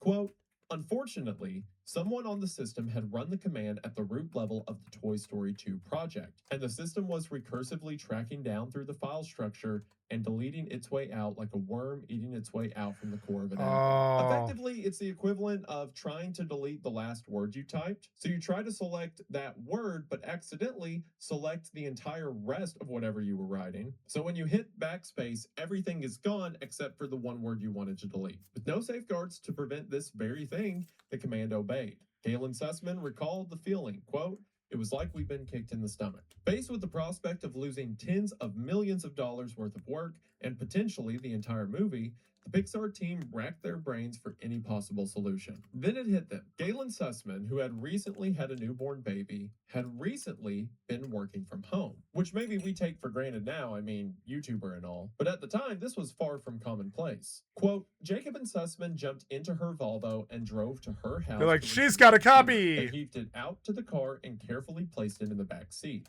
cushioning it with blankets and strapping it in tightly with seatbelts. Jacob described the scene as such, quote, 8 people met us with a plywood sheet out in the Pixar parking lot and, like a sedan carrying the Pharaoh, walked it into the machine room. Now at the office, the Pixar team began inspecting the files. The machine had a copy of the full Toy Story 2. Oh, yeah. Not as current as the live server, but only a few days behind in most cases. It was, quite literally, the only working backup of the film, and thus began the process of reconstructing the production files. Because they couldn't be sure which of the saved versions was the most complete, they were forced to validate each asset scene by scene, file by file, until the source tree was complete. Quote, we duped that data immediately, then set about the task of trying to verify and validate this tree, which we thought might This be must have about 2 fucked weeks them later. up. They probably We didn't compared sleep. Galen's restoral with a much older one from 2 months prior and couldn't determine a clear winner. There were too many inconsistencies. So instead, we set about the task of assembling what effectively amounted to a new source tree by hand, 1 file at a time. In all, the number of files was somewhere in the 6 digits, over 100,000. And while 70% of those were verified as restored, that still left over 30,000 files for the team to verify individually over the course of a weekend. They got their sleeping bags and worked in the office in 8-hour shifts, around the clock, to restore the remaining assets. Quote, in the end, human eyes scanned, read, understood, looked for weirdness, and made a decision on something like 30,000 files that weekend. Pixar eventually rebuilt the film and pushed ahead with production. The release date had to be moved slightly, but the project was saved.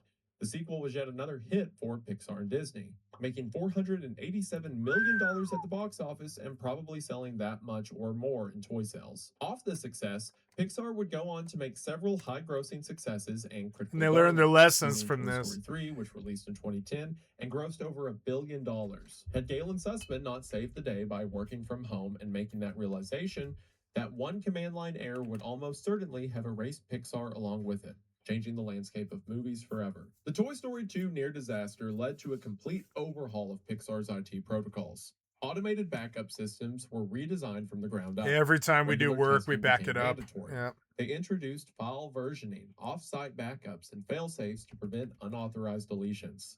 But this isn't the only instance of a studio accidentally deleting footage. Before the digital era, BBC accidentally wiped over 250 episodes of Doctor Who from the 1960s and early 70s. Although some episodes were later discovered in various forms, 97 episodes are still completely lost due to the BBC's policy of junking old tapes by reusing or disposing of them. And you may find this hard to believe, but not even the government is immune from similar errors. Shocking, I know. One of humanity's most iconic moments was Neil Armstrong's walk on the moon on July 20th, 1969. Or, his walk on a studio backlot in California, am I right? Brother. On that date, 600 million people huddled around their TVs to watch the grainy, black and white footage on television. But what most don't know is that the images broadcasted to Earth were not the original video feed. The original moon landing video was captured using a special camera mounted to the lunar module. This camera transmitted video in a format known as SSTV, or slow scan television, which had a much higher resolution, 320 scan lines, than the broadcast standard of the time, which was about 200. However, this SSTV signal couldn't be directly viewed on regular TVs. To allow live broadcasting, the raw SSTV footage had to be converted in real time. NASA pointed large antennas in Australia and California towards the moon, received the raw video, displayed it on a monitor, and pointed a broadcast television camera at the screen, literally filming the video off of a monitor to send it to TV networks around the world. So the video you've all seen of Neil Armstrong walking on the moon was a camera pointed at another screen showing the actual video. And the result was what everyone saw: grainy, ghost-like footage that was a far cry from the original clarity. Directly from NASA, quote, "What most people did not realize, however, is that the television footage they viewed was actually inferior to what ground station engineers saw as the raw footage arrived from the moon, 250,000 miles away. The engineers working at NASA's tracking stations in California and Australia saw clear, crisp video on special television monitors capable of displaying the unconventional video. Although NASA engineers knew that the scan converter would degrade the original picture quality, they viewed it as an engineering trade-off. NASA wanted live television, and the only way to provide it at the time was with scan conversion technology, despite the degradation. In the early 2000s, some NASA veterans and video restoration experts wanted to redigitize the SSTV tapes using modern technology and restore them for the modern era. I mean, it's one of the most famous moments in human history. It would make sense to want to restore the original footage that's higher quality. But the search led to a stunning discovery. In 2006, NASA admitted that the original Apollo 11 SSTV tapes were likely permanently erased in the 1980s. According to NASA, this was a routine data tape shortage. So they just deleted it because they needed more file space and did not think to offload it or to tell anyone they were deleting it or anything else. I don't believe in the moon landing being fake. I think that's like one bridge too far, like the number of people that would need to be involved, blah, blah, blah. But every now and then I'll hear something that makes me think maybe it's not that crazy. Because apparently they just deleted it, and that's normal, and you shouldn't ask questions. At the time, magnetic tapes were being recycled due to budget constraints and storage limitations. It's believed that the Apollo 11 tapes, stored at NASA's Goddard Space Flight Center, were mistakenly reused to record satellite data, overwriting history in the process. In 2009, NASA released a digitally restored version of the broadcast footage, painstakingly cleaned up by Hollywood restoration specialists using various recordings from different sources. But again, the original SSTV footage remains lost. Or at least, that's what they say. But as bad of a look as lost footage can be, it can be equally damaging when the unfinished footage actually leaks before it's ready. In 2009, a working print of then upcoming superhero movie, X-Men Origins Wolverine, leaked onto megaupload.com a month before the film's release.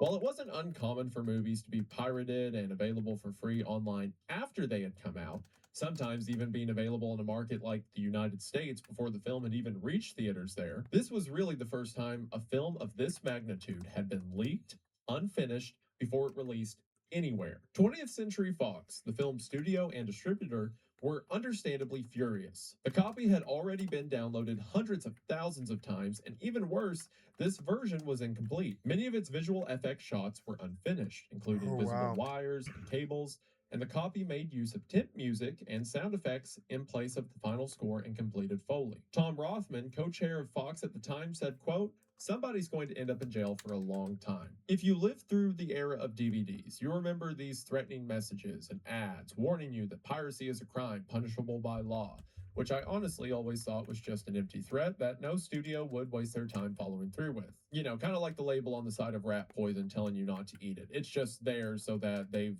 washed their hands of any legal responsibility. Also remember those ads that used to say stuff like you wouldn't download a car? Which, yes, in fact, if I could, I would download a car. However, in December of 2009, the FBI raided the home of Gilberto Sanchez, a 47-year-old musician and grandfather, and charged him for distributing Wolverine illegally. He admitted to uploading the film, facing up to $250,000 in fines and several years in jail. Companies take it seriously when you potentially cost them millions of dollars. While Sanchez admitted fault, it was still a mystery as to how he was able to obtain the copy in the first place. I mean, the film was covered in watermarks for the Australian VFX company Rising Sun Pictures. Which, for those that don't know, anytime a film's in early production and they send it off to a team to work on, exported models will typically have a name watermarked on the screen. That way, if the movie leaks early, everyone knows where it came from. For example, when A24 had Hunter and I do an ad on Creepcast for Bring Her Back, my version had my full name watermarked across the screen. So if that version of the film leaked, A24 was going to be at my house, probably with a gun. As Sanchez would tell the FBI, he had purchased an illegal copy of the movie on DVD for $5 from a local DVD bootlegger in New York, where Sanchez lived. In December of 2011, he was found guilty and sentenced to a year in federal prison, as well as a year of supervised release. While Fox eventually had their revenge, they had a bigger problem on their hands. Not only had hundreds of thousands of people already seen the movie, meaning they were unlikely to pay to see it in theaters, the movie was also just not good. Word spread so fast, in fact, that the well-known entertainment columnist Roger I could have told you posted that. a review of X-Men Origins on April 2nd, 2009, admitting in the column Approaching that the review Stargate. was based off of the illegal, unfinished copy of the movie he had downloaded from the internet. Now, of course, distributing the illegal movie is worse than just watching or downloading it, but that's still illegal. And it's one thing to do something illegal, and it's another thing to admit to people that you did it, but to write about it in a nationally syndicated column on the internet for your job is either really stupid or really cool. I can't tell. Like, either Roger Friedman didn't think about what he was saying and just dumbly said, "Oh, I downloaded it illegally. That's what I'm basing this review on." Or he just really hated Fox News and was like, "Yes, it was me. What are you going to do?" Well, as it turns out, they did a lot. What is especially relevant about Friedman is that he was a columnist for Fox News.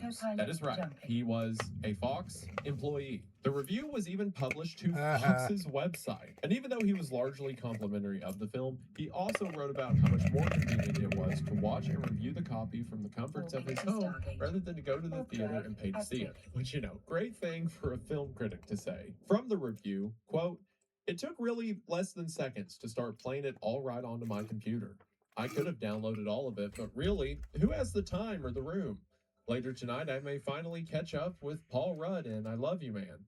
It's so much easier than going out in the rain." Which is really funny because he's just describing streaming services before streaming services exist. Yeah, But it was he's a dark doing time so back on then. an illegal rip of the movie. Again, that is being made by the parent company that he works for. As you can imagine from everything you just heard, Friedman was immediately terminated from his role, and he turned around and sued 20th Century Fox parent company, News Corp, which was run by the famed billionaire Rupert Murdoch. While the lawsuit was eventually dismissed, one of the claims made by Friedman in the lawsuit is of special interest.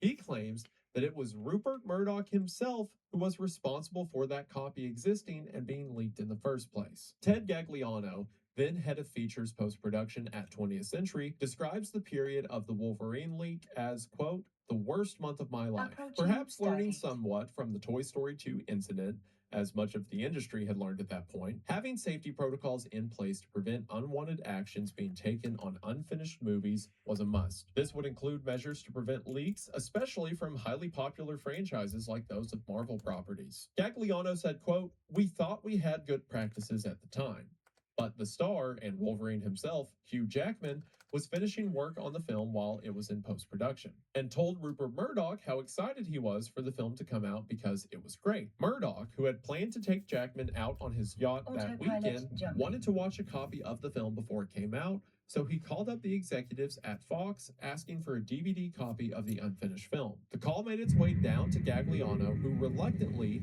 had a copy of the film made in New York where he was based. As he explains, usually they would have made the copy on the Fox lot in Los Angeles, where there are protocols in place. But because they needed to make it very quickly, they simply didn't have time for that. I mean, Murdoch wants to see it before Hugh Jackman comes out on his yacht. You know, billionaire problems. They began working on making the copy at an ADR session with Hugh Jackman when Fox execs finally convinced Murdoch that this was a bad idea. Gagliano got the call not to make the DVD after all, but the unprotected copy of the film was already on the server in New York. The server was supposed to be cleaned, but someone left the copy on it just in case they needed to get it made for Murdoch after all, as again, there wouldn't have been much time to make the DVD had he changed his mind, which, you know, billionaire owners of movie studios probably do that from time to time. 2 weeks later, the news came up that someone with access to the server had seen the copy, decided to put it on a DVD, after which time it appeared on the street.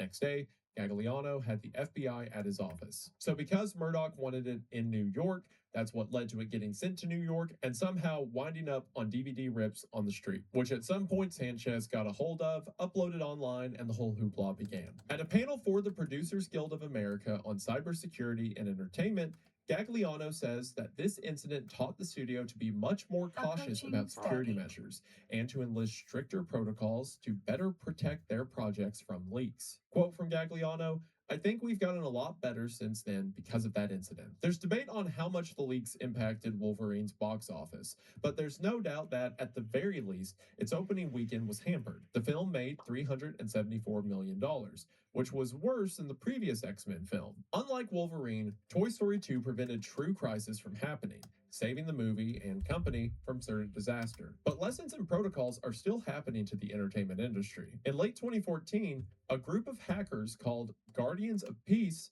accessed and released a trove of confidential emails, documents, and personal information from Sony Pictures Entertainment. The leaked information included details about in-development film projects, executive salaries, and internal emails within the company. This included correspondence between Sony Pictures executives and several high-profile producers, actors, and directors. Scott Rudin, a very prolific film producer, was criticized for leaked emails that many felt were racially insensitive. Several Sony movies, or at least details about them, were leaked in various capacities. This included plans by the studio to build a larger cinematic universe around their rights to characters in the Spider-Man universe. Many of these leaked conversations were criticized by fans, and plans to integrate the then Spider-Man actor Andrew Garfield into the Marvel Cinematic Universe were put on hold. This, in part, led to Sony abandoning Garfield's Amazing Spider-Man series and instead forming an unprecedented partnership with Disney to cast a new Spider-Man to be used in the MCU.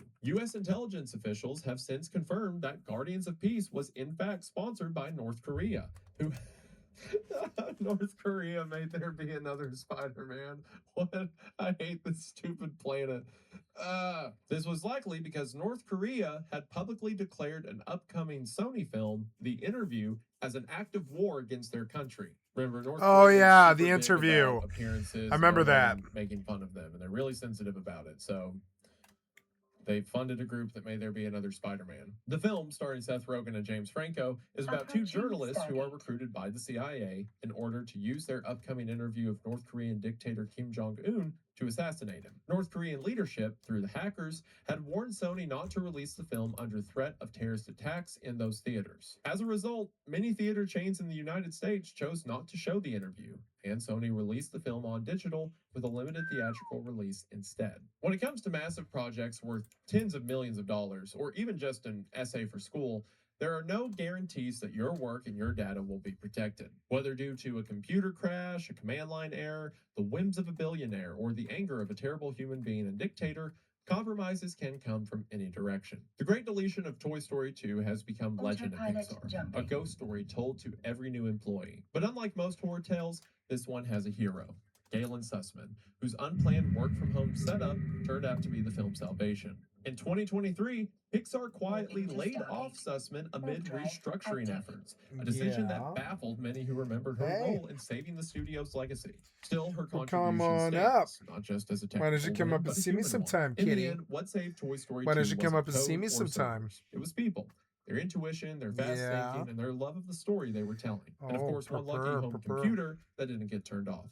And of course, I'm Purr, lucky purr. that you didn't turn off your computer and instead decided to watch this video, and it means the world, and we just want to say Hi. thank you for watching. I've always heard this weird story that all of Toy Story 2 got deleted, and it turns out, yeah, a little bit, but then someone saved it, so it was okay. Just a weird corner in entertainment history I wanted to talk about today, and hopefully you guys enjoyed. Like It I was said, the good. Brainwash collection is available for a limited time, so get in on it while you can at wendigoon.shop. It means the world. Thank you all for the support you've shown here and on Creepcast and the main channel.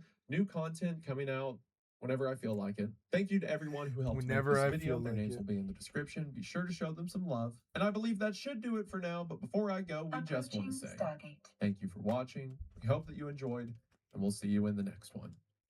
Bye.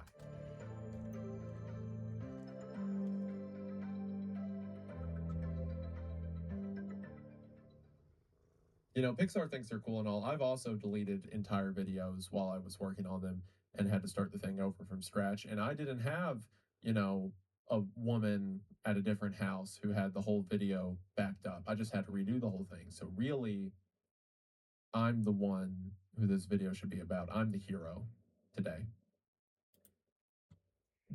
Do the words Coney 2012 mean anything to you? If not, you probably weren't between 10 to 20 years old in 2012. And if that phrase does trigger memories, you might be taken back to a time when you felt swindled by a passionate online activist in a slickly edited YouTube documentary. At the beginning of the 2010s, social media ushered in a new era of how we connected to each other. All of a Autopilot sudden, jumping. we had access to the entire world at our fingertips and in our pockets or wherever you kept your phone. You could send a direct message to your favorite artist, share videos of cats playing piano to your coworkers, and tell the entire world that your relationship Walking to status station. was complicated. Warp This drive era of active. social media was optimistic and good-natured, mainly used to spread positivity, make people laugh, and form genuine connections. I miss it. Those were the days. Even the art coming out during the time reflected a more united America. Films such as The Avengers cemented Marvel's vision of an interconnecting storytelling universe. Water cooler television shows like Game of Thrones and Girls sparked significant cultural conversation. And even gaming embraced mobile phones and social media. Remember that aunt on Facebook who just couldn't stop leveling up on Candy Crush? And also telling you about it for some reason? And a generation of young people, mostly millennials, were ready to take charge and create the world they believed in. Paired with emerging technologies like Instagram, YouTube, and Approaching Facebook, we were station. now more connected to each other than ever before. So how did a short documentary, within days of premiering, become one of the most viral, most liked, and most viewed videos at the time, only to fail and become the cautionary tale in online activism? Even an impact campaign with support from the likes of Rihanna, Justin Bieber, and Oprah Winfrey couldn't shield itself from its critics. And keep in mind, this was the early 2010s. People like Rihanna, Bieber, and Oprah was like, you know, presidents or something. The rise and fall of the viral phenomenon known as Coney 2012 is a fascinating early look into how people thought online engagement could lead to social change and posits if it's possible to advocate without oversimplifying till the message loses all meaning. Does this oversimplification lead to more unintentional harm than intended good? Docking permission Well, it's a requested. paradox that has repeated permission itself many requested. times since. And as online discourse becomes even more politicized, it's one that's unlikely to stop. Hello, everybody. Today we're going to be talking about how one man's Docking campaign request to make an accepted. African Docking permission warlord the requested. most popular man in the world horrifically backfired. Coney 2012 was such a strange time on the internet. I was barely young enough to remember it, and I'm sure a lot of you do not. I don't that was remember 13 it. years ago. There's a solid chance several people watching this video weren't alive yet. Wow.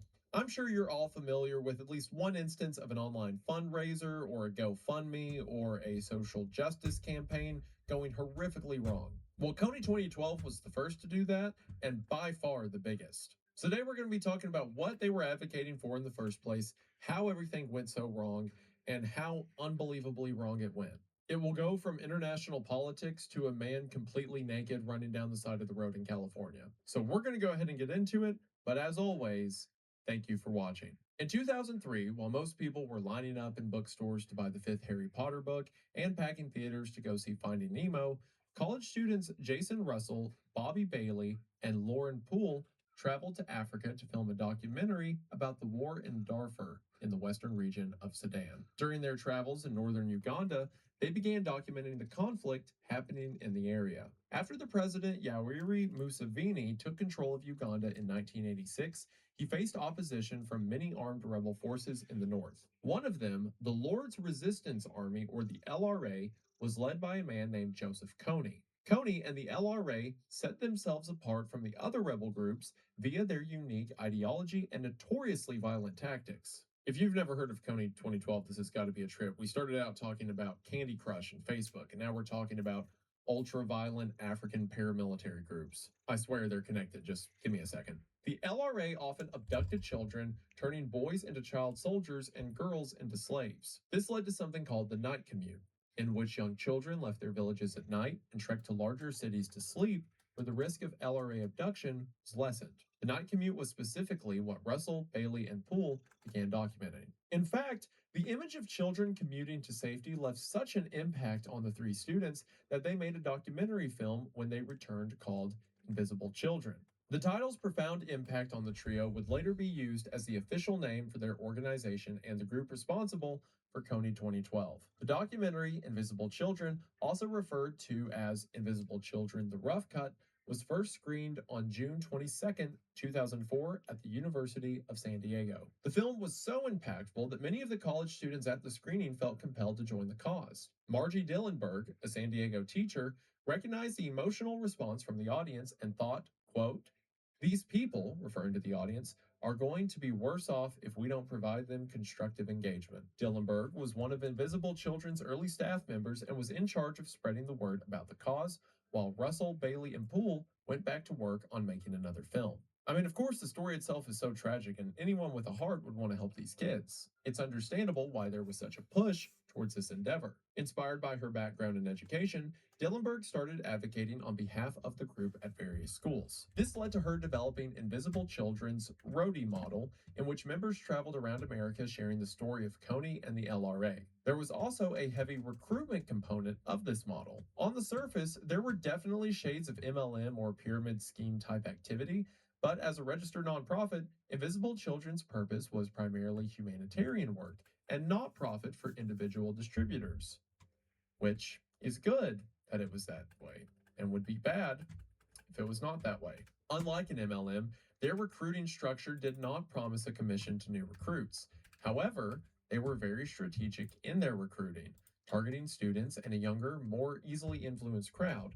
Hiring was done twice a year to align with the fall and spring semesters, and new members trained for a month in San Diego. This was where recruits learned the history of Invisible Children, Joseph Kony and the LRA, and the colonization of Africa. The remaining time was spent booking events at various schools, as each recruit had to fill a quota of around 50 screenings, showing Invisible Children as well as footage that would later become the documentary film Coney 2012. Filling this quota was the main priority, and members who hit those quotas were rewarded with a big party at the end of each semester. Literally the sell enough box tops and get a pizza party thing. As mentioned, most of the recruits or roadies were young people already taking a gap year before, during, or after college, and they were not paid. Roadies were expected to fundraise $1,500 before the program began, which was used to support the organization's various programs and to cover expenses while they were on the road. But after its second year, Invisible Children had grown so rapidly that they no longer needed to recruit. The organization could simply open themselves to applications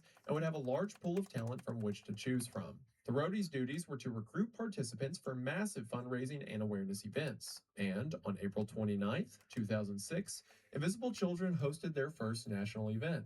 the Global Night Commute. The event involved 125 cities around the United States.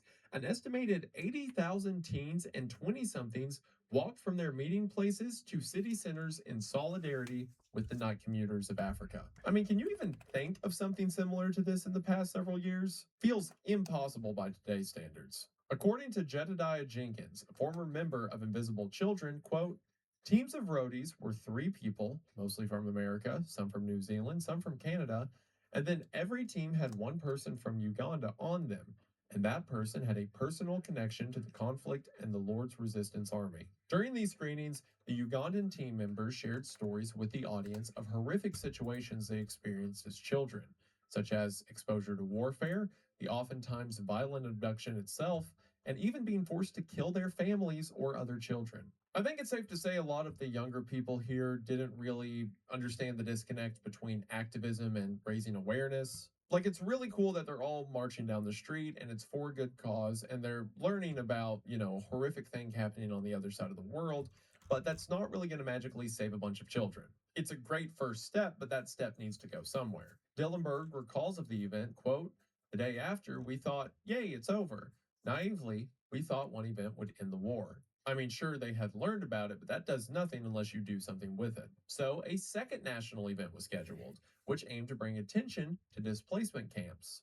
Camps people are forced to live in after being removed from their home. Again, according to Dillenberg, quote, we had people stay in the field overnight, build cardboard villages to understand, not to understand, because you can never fully understand the experience of a displaced person, but to do it in solidarity. Okay, so the first national march, I can see the vision a little bit. It's like all these small children, according to the documentary, have to walk to cities so they aren't abducted in the middle of the night. That's tragic. So we're going to have a march in the middle of the night where we hear from people who experience this to educate each other. Sure, makes sense. But now, because,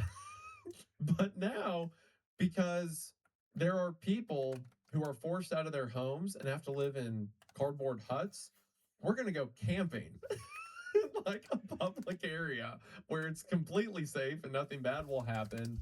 And we're going to do that in solidarity. And it's also funny because, the people in displacement camps in Uganda aren't going to see this. This is entirely to make you feel better. The first one made some sense because there was you want learning to go outside? and actual speakers at those events. And the purpose of the walk is to ingrain in yourself that other people have to do this for survival. But now you're just camping. That doesn't teach you perspective on anything, because again, you're totally safe when you're doing it. Which I guess you were also totally safe during the night commute, but again, there was an illusion of connection there. But this isn't teaching anything.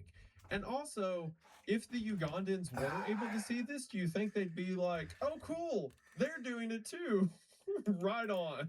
Camping out with your friends for the night before you go back to your air-conditioned house seems like something to make you feel better rather than to, do stuff. A key component to the success of these Invisible Children events was their emphasis on visual presentation. Visually appealing and often taking place outdoors, the events were crowd-driven and colorful. At the time, Instagram was still in its infancy, and Twitter was just starting to become a household name, and in this rapidly growing era Not of my social household. media, this was essential to their growth. Participants shared photos and videos with the world, and Invisible Children used it to their advantage, like free marketing, to spread their message outside of school presentations. Most notably, on April 25th, 2009, the group hosted an international event called The Rescue. With over 85,000 attendees in 100 cities in 10 countries, Invisible Children asked participants to, quote, abduct themselves for the abducted. Oh no. The actual participants, young people, and you'll see why, publicly camped out at a specific location until they were publicly rescued by a celebrity, some of whom included Kristen Bell and Oprah Winfrey. After being rescued, participants would head to another location. Eventually, on May 1st, 2009, everyone landed in Chicago outside of Oprah Winfrey's studio and filmed a message, which she later shared on her media company's official website. Oh, okay. Now we're just cosplaying. This started with hey, here's a documentary about these poor children that are put in the worst situations imaginable, where they have to, turn their bodies into slavery and they have to murder other children to survive. And it's like, wow, that's really bad. And now it's, what if we pretended to be these kidnapped children, but Bella from Twilight saves us? And it's funny too, because this is in such an early age of the internet. Because like now we have countless examples of bad charity groups or bad fundraisers, that even the concept of this sounds like a horrible idea. But this worked super well. Everyone got in on it. As we're going to see, it was one of the biggest things, not only on YouTube, but in media at the time. And it's almost cute to look at all of the now obvious mistakes and pandering nature of it, that everyone had to learn every problem with it all at once. Momentum was building though. Every young person in the world was using Facebook, and the influence of social media had supporters buying into the cause. The timing couldn't have been better. And as Jedediah Jenkins recalls, quote, "It was this dawn of the internet where the world was connected. I had friends in Ugandans who were messaging..." Ugandans. I have friends in Ugandans Ugandans. who were messaging me on Facebook every day, and I'm like, this is my friend. It was the techno-optimism era, and we felt like this flashpoint of that moment. Techno-optimism is a hilarious word for the opposite of whatever we have right now. In 2006, the same year as the global night commute, over 600 supporters met with congressional staff, urging them to send troops to Uganda to put pressure on Kony. Following these meetings, several members of Congress called for a diplomatic envoy to Uganda, and in 2010, President Obama signed the LRA Disarmament and Northern Uganda Recovery Act into law. And in 2011, the administration sent 100 armed troops to assist regional forces, including the Ugandan Army and the Sudan People's Liberation Army, to find and remove Joseph Kony from the battlefield. This is great, right? Like, people learning about it has now become people doing something about it. That's the goal. Well, at least that was the thought. The bill had 267 bipartisan co-sponsors, and at the time was the most widely supported Africa-focused legislation in U.S. history. Well, there were critics of the bill who pointed out that the Ugandan army and other regional armies being assisted now by the United States were also accused of employing child soldiers, as well as a ton of other human rights violations. So, not great to start sending them money and guns. Some theorize the measure was an easy public relations win for Congress as well as the president, placating these very public demonstrations making the rounds on social media.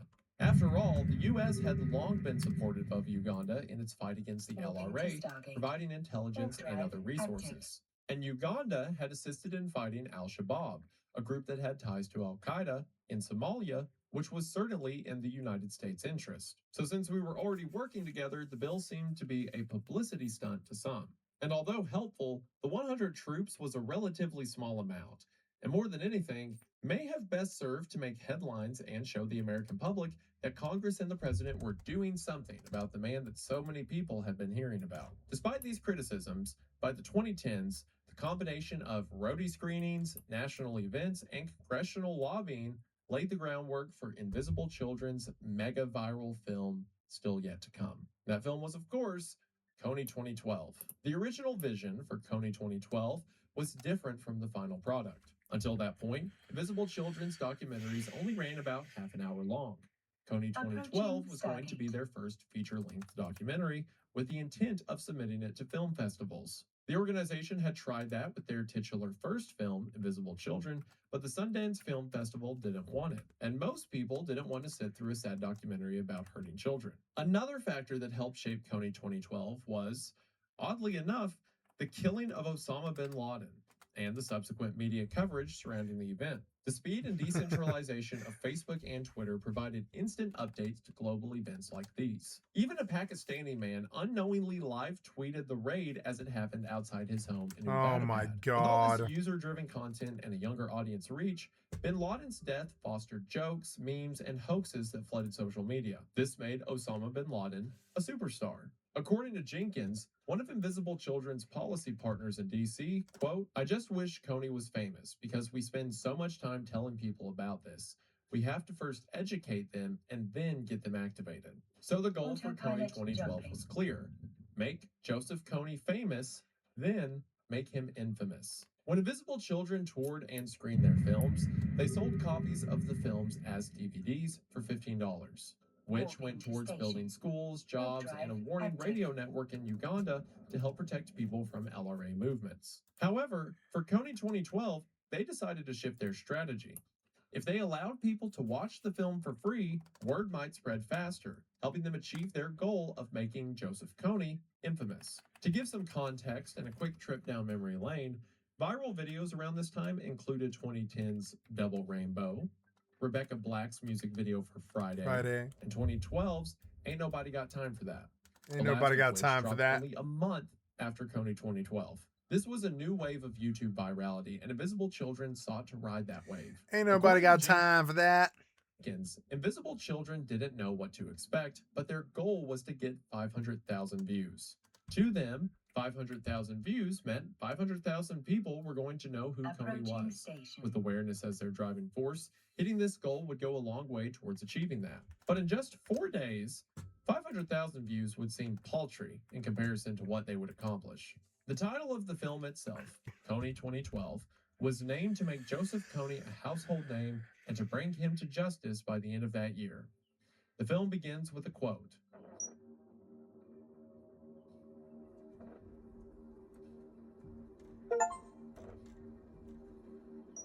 Which, like, okay, again, like, it's so funny that any of this would immediately get dogged on if it came out today. Docking permission requested. Docking permission requested. Docking request accepted.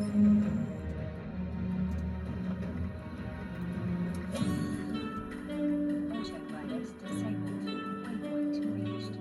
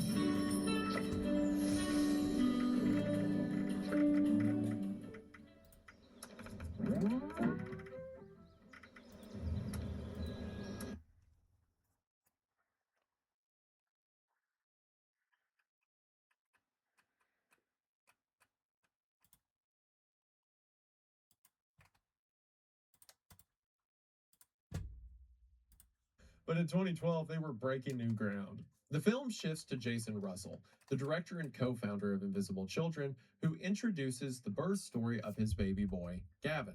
We are then quickly introduced to Jacob Akaye, a Ugandan boy, through voiceover narration by Russell. He says that he and Jacob met in Uganda, and Jacob represents the suffering and fear all Ugandan children face. Jacob details his experience having to run from his small village to a busier, more populated city to make it harder for the LRA to abduct him and force him to be a soldier. Jacob recounts witnessing the LRA kill his brother as he was trying to escape their army. In the background, Russell tells Jacob that he will find a way to stop them. The film features several shots of large concrete rooms packed with sleeping children. These are the night commuters, taking shelter in secure quarters set up by the government. On the subject of Joseph Kony and the LRA, the main narrative highlights the importance of young Americans in the fight against him. In order for the people to care, they have to know. And they will only know if Kony's name is everywhere.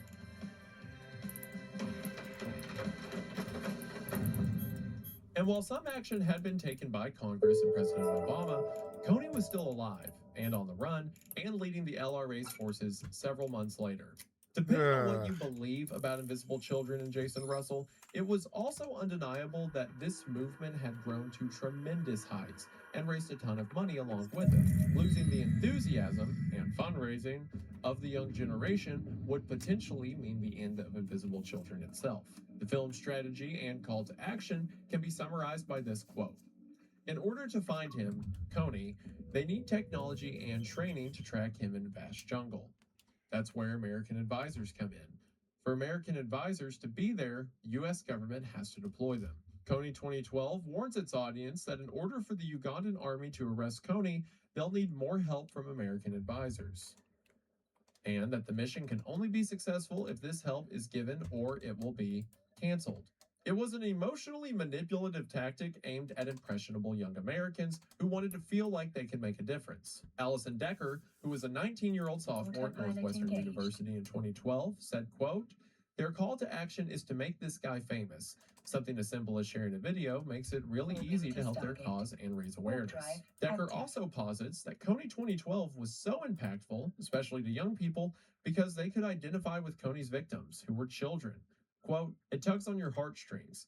You just passed out of that phase of childhood and you can't imagine being a child soldier." The documentary also highlights something called the International Criminal Court, whose mission is to catch and put to trial, quote, "the world's worst criminals." Coney was the first person ever to be indicted by the ICC, and although Russell and his partners approached the U.S. government in 2008 requesting their help to solve this issue, they were told, quote, "There is no way the United States will ever get involved in a conflict where our national security or financial interests aren't at stake. No administration would do enough to stop this because it's simply not on the radar of foreign policy." Perhaps in another attempt to drum up support, the film included a clip of a child soldier who had apparently escaped the LRA. This child reported that Coney had become aware of the United States' efforts to stop him and would be adjusting his tactics to evade capture.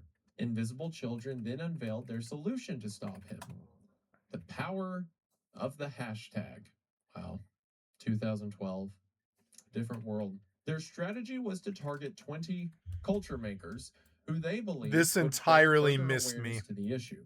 This included Taylor Swift, George Clooney, Jay-Z, Ellen DeGeneres, and quarterback Tim Tebow. I mean, sure, a lot of people know him, but I don't know if I'd call him like the top 20. Which it also shows, again, education and like awareness is valuable if you do something with it. But it shows where their mind is at, that they are telling everyone to go contact these celebrities. I feel like, again, that's something that would immediately get shut down today. And they were right. Everyone from Justin Bieber to Kim Kardashian and Kendall Jenner shared hashtag Coney2012 on social media. From there, this seemingly random phrase began trending all over Twitter. I also feel obligated to mention that one of the celebrities who was asked to share the hashtag and did share it was P. Diddy. I personally can't imagine anyone who would be better fit to speak against the horrors of human trafficking. But again, there was criticism over this awareness campaign and what the movement actually accomplished. I mean, most people had no idea what hashtag Coney2012 even meant. All they knew was that the likes of Justin Bieber and the Kardashians, of whom many people perceived as being out of touch and self-serving, were making a half-baked attempt to tell us to care. As this was merely about awareness, there seemed to be a lack of action behind it, specifically as it applied to these so-called culture makers. You know how, like, the ALS Ice Bucket Challenge, which a lot of you probably don't remember. But with the Ice Bucket Challenge, the point originally was you donate money and pour ice on yourself, and then get other people to donate and pour ice on themselves. Well, the whole donation part quit, so it just became people saying ALS Ice Bucket Challenge and then pouring ice on themselves, and that was it. So that like started out with good intentions, but then people kind of, dropped the part about donating. Coney 2012 started there with just, hey, tell people about this. Good job. In the final part of the film, Russell tells viewers how they can join the cause.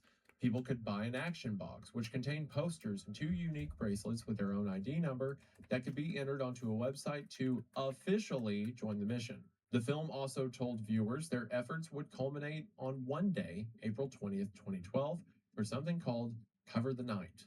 On this night, volunteers would canvass across America, putting up posters emblazoned with Coney's face and name and hashtag Coney2012 on every street in every major city. Russell believed that, quote, the rest of the world will go to sleep and wake up to hundreds of thousands of posters demanding justice on every corner. Warping Coney to 2012 ends with a call to Warp action to drive donate active. and share the video on social media.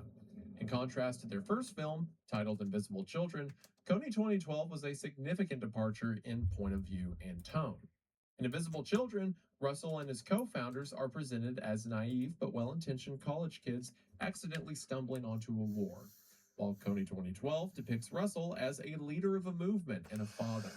Quote from Henry Jenkins, "When he teaches his 5-year-old son about Joseph Coney being the bad guy, it's not clear with whom young viewers most identify, with the 30-something-year-old dad or with the innocent but earnest 5-year-old. Criticism remained. Not only had Russell seemingly made the issue about himself, many argued that they were dramatically oversimplifying a very complex issue.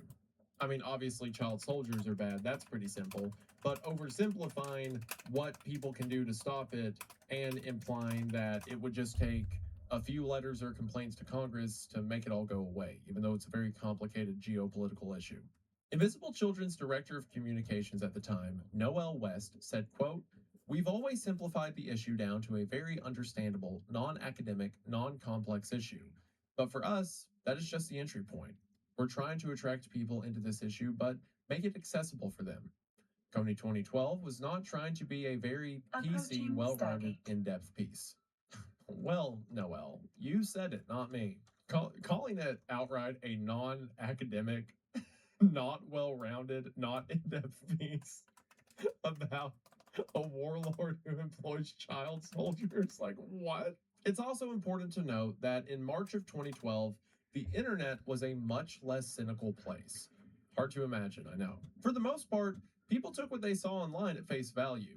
The term catfishing, the idea that someone could create an entirely false character online in contrast to who they were in real life, was a new concept that didn't yet have a widespread. And for many young viewers, the data presented in the documentary warranted no further investigation.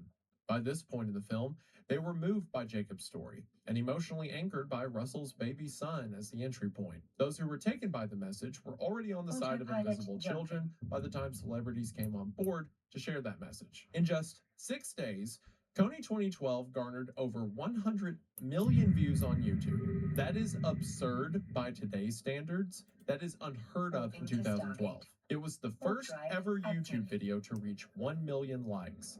And as you can imagine, the website crashed. Former Invisible Children member Jedediah Jenkins remembers the launch of the video. Quote, "In the first 24 hours, I think we had 1 million views. We wanted 500,000 in a year. And with that, Invisible Children had gone global. Russell went on CNN, BBC, and ABC news outlets, while Jenkins, along with the other staffers at Invisible Children, received dozens of phone calls. One of those phone calls was from Rihanna, you know, a famous person. Jenkins recalls that conversation, quote, "She was like, I've never been so moved. I want to do anything you tell me. I want to meet you." The foundation was laid out across America prior to Coney 2012, as Invisible Children screenings showing the film told attendees to share the video once it was published online. Another important factor that helped spread the film was Facebook's newsfeed. Prior to 2006, Facebook users were largely limited to messages, photo uploads, and other profile information on their wall, and would have to navigate through individual profiles to see updates from friends. The platform was a static experience with limited public activity, as the core of the site was individual profiles rather than a central stream of activities from a user's network. The newsfeed, only a few years old at this point, meant that it was impossible to avoid Coney 2012 for anyone that used the platform. If your cousin, your ex, or your former high school math teacher shared the film, you were going to see it. Invisible Children wanted a way to monetize the sudden publicity and views. Well, as Tom Cruise says in Jerry Maguire, Show me the money! remember those action boxes? The ones with the poster and the bracelet for the Cover the Night event? Well, people bought them. A lot of people bought them. According to Jenkins, they sold around 1 million of them at $25 per action box. That is approximately a lot of money. This sudden surge of income Autopilot allowed Invisible jumping. Children to ramp up its on-the-ground work in Africa, as well as hire more staff. At its peak, the group had up to 300 people, including interns, volunteers, and short-term workers, according to NPR. The online success of Coney Moving to 2012 was a Stargate. testament to Warp Jason drive Russell's active. plan, which was carefully crafted through the production process. The final film clocks in at 29 minutes and 58 seconds long, which was intentional.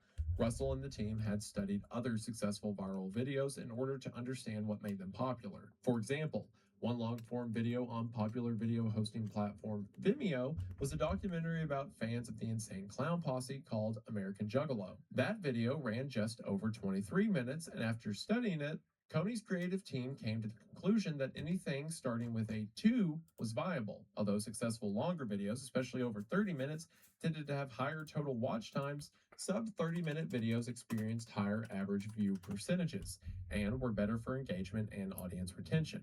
The original version of Coney 2012 had been 31 minutes long. And while the online response was exciting, Invisible Children wasn't prepared for this much press. Invisible Children CEO Ben Kesey said, quote, "If you're going to release a video that gets 100 million views, your PR needs to be bigger than one intern." While Facebook's news feed helped Coney 2012, other emerging online features provided a new set of problems for Invisible Children. YouTube, for instance, had recently begun rolling out the suggested feature, which, true to its name, suggested the next video for users to watch. While it's difficult to imagine such an essential part of today's YouTube viewing experience being new or non-existent, the suggested video function was still in its early days.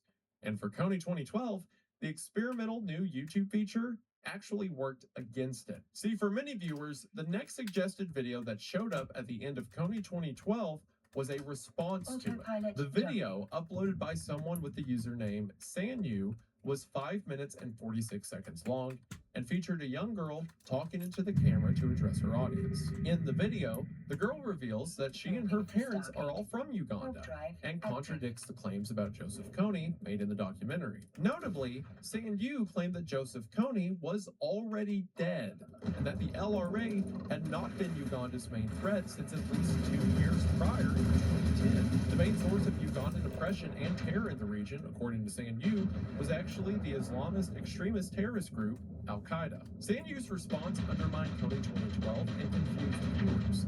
In essence, Sanyu was telling the internet that Coney 2012 was nothing but a false alarm. For Invisible Children, this was an incredible blow. They had just spent nearly 30 minutes educating people about a person and a crisis they didn't even know existed, only to have it easily taken apart by someone who lived in the region in question. After this video dropped, posts on social media, especially on Twitter and Facebook, questioned the intent and accuracy of Coney 2012. One Twitter user at Audra the Rapper posted, quote, "Coney hasn't been seen in 4 years. His army hasn't done anything in 6 years." While Ugandan journalist and activist Rosebel Kagumira posted a video stating, quote, "I think we need to have a kind of sound, intelligent campaign geared toward real policy shifts, rather than an adverse, sensationalized story that is out to make just one person cry." The pushback to the film spread quickly, and sites like Gawker, Reductress, and the New York Post were quick to jump on the story. People began protesting outside of the Invisible Children office. They had signs, they had loudspeakers. To these protesters, Invisible Children was making far too much money and gaining far too much notoriety off what they deemed a gigantic scam. This was new territory for Invisible Children. After years of enthusiasm and support, they were getting the opposite. And although they had faced criticism before, this was different. And there was also, a lot of it. Jedediah Jenkins would later talk about how foreign this felt, saying, quote, "We weren't used to getting hate." In the midst of the criticism, Jenkins remembers feeling like all those years of work that so many people had put in was now over. People no longer seemed to care about Invisible Children's intention behind the film. All they saw was a bunch of white kids in San Diego trying to end a war in Uganda by throwing performative events to garner likes and views on social media. And this was the crux of what was perhaps the most damaging criticism: that Invisible Children was not only playing into the white savior trope, but a lazy version of it. The gist of the trope revolves around what some feel is a common Western narrative, that Africa is nothing more than warlords, lawlessness, and endless human rights violations. A scar on the consciousness of the world, as UK Prime Minister Tony Blair once said. As The Guardian described it, the documentary was, quote, "leaning heavily on people's existing biases about the continent. It was easy to trust that a man had walked freely through this chaotic jungle for 20 years, murdering young children, because that was just the sort of thing that happened in Uganda. This is evidenced in the film, as very few Ugandans are Isn't it showcased cool? at all. And the few who are, It's a including water Jacob, bottle. are given little screen time. When we are introduced to Jacob, it is through the lens of Russell's own child, who happens to be American and white. We aren't given Jacob's surname, and he's presented only as he relates to Russell. Jacob is a friend in Africa, as Russell says. Throughout the film, Approaching multiple Stargate. instances showcase the centering of Russell and invisible children over Ugandans. And the film visually portrays Ugandans in darkness, such as the night commuters sleeping together in the room, while the American activists are depicted heroically, brightly cloaked in light. Like when they're showing the Ugandan kids, you can almost feel the Sarah McLachlan song about to kick in. Nigerian essayist Teju Cole tweeted, quote, "The white savior supports brutal policies in the morning, founds charities in the afternoon, and That's receives odd. The robot awards in doesn't the usually evening." come in. Perhaps one thing Coney 12 did do is in the aftermath of the film's release, Uganda suffered its biggest drop in tourism revenue in over 10 years. Because, yeah, the movie's saying it's a country where warlords are kidnapping children left and right. Why would you want to go there? Another criticism was that at the time of the film's release, Coney and the LRA had already moved out of Uganda and into surrounding countries. Coney 2012 was called out for being misleading and for, according to The Guardian, quote, "grossly overstating the then size and reach of the LRA, which had dwindled in the years leading up to the film's release." As for the campaign itself, the oversimplification of boiling decades of socio-political history down to a 29-minute video could be seen as doing very little beyond raising money and publicity for invisible children. Coney 2012 set into motion this message that in this world, there is a terrible problem, and that you, the viewer, are the solution. All you have to do is share the video and maybe, potentially, if you feel like it, donate some money. Like The Atlantic suggests, viewers can donate from the comfort of their homes and cars.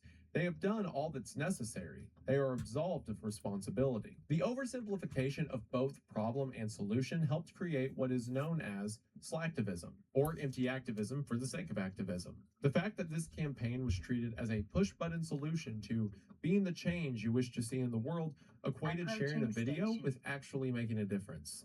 In other words, virtue signaling before that was the term. As the Crime Justice Journal describes it, quote, "predominantly Western global elites and those with the capacity to engage with digital technologies which hold the privilege of the morally superior global savior. And the heroism associated with slacktivism is why online activism is so attractive.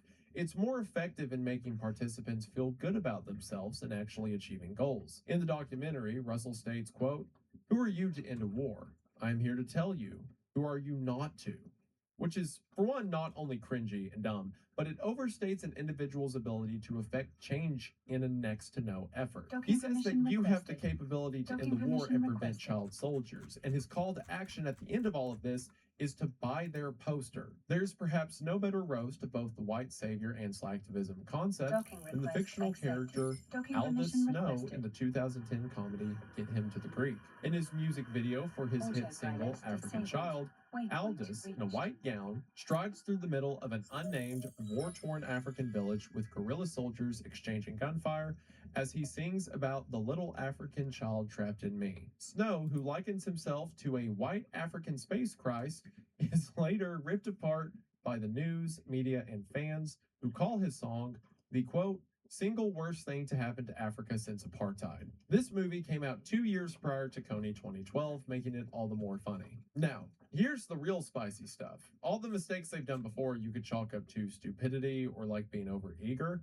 but this is where it gets scary. Invisible Children's funding and spending was largely unsustainable and arguably ineffective, as much of it went towards spreading efforts in America as opposed to supporting on-the-ground initiatives in African countries. An article from The Atlantic questioned whether the money received by Invisible Children should have gone to actually effective campaigns or more experienced nonprofit organizations. The campaign itself focused more on bracelets and social media rather than putting resources towards more effective advocacy. This contributed to the growing belief that Invisible Children was less about the children in the company's namesake and more about growing the notoriety of director and co-founder of Invisible Children, Jason Russell. Just over a week, Invisible Children went from phone calls with celebrities wanting to support their cause to emergency meetings assessing damage control. And this weighed most heavily on the film's director, Jason Russell, who was doing non-stop press in an attempt to put out the fires. Jenkins witnessed firsthand the mental toll this was all taking on Russell. Quote, he didn't sleep for like 7 days, and then ultimately, right as we're plugging holes and like trying to do our best, it breaks his brain, and then he's having a full mental health crisis. On Thursday, March 15th, 2012, San Diego PD received numerous calls that a man, Jason Russell, was running through a neighborhood in his underwear, screaming incoherently, disrupting traffic, and making sexual gestures. And yes, there is a video. In a statement shared by San Diego police spokeswoman Lieutenant Andrew Brown, quote, one caller reported that the male had removed his underwear and was nude, perhaps masturbating, but that was not confirmed by responding officers. Callers reported the underwear-clad male was in the street, interfering with traffic, yelling incoherently, and pounding his fist on the sidewalk. Several people in the area tried to calm the man, but he continued to act in a bizarre and irrational manner.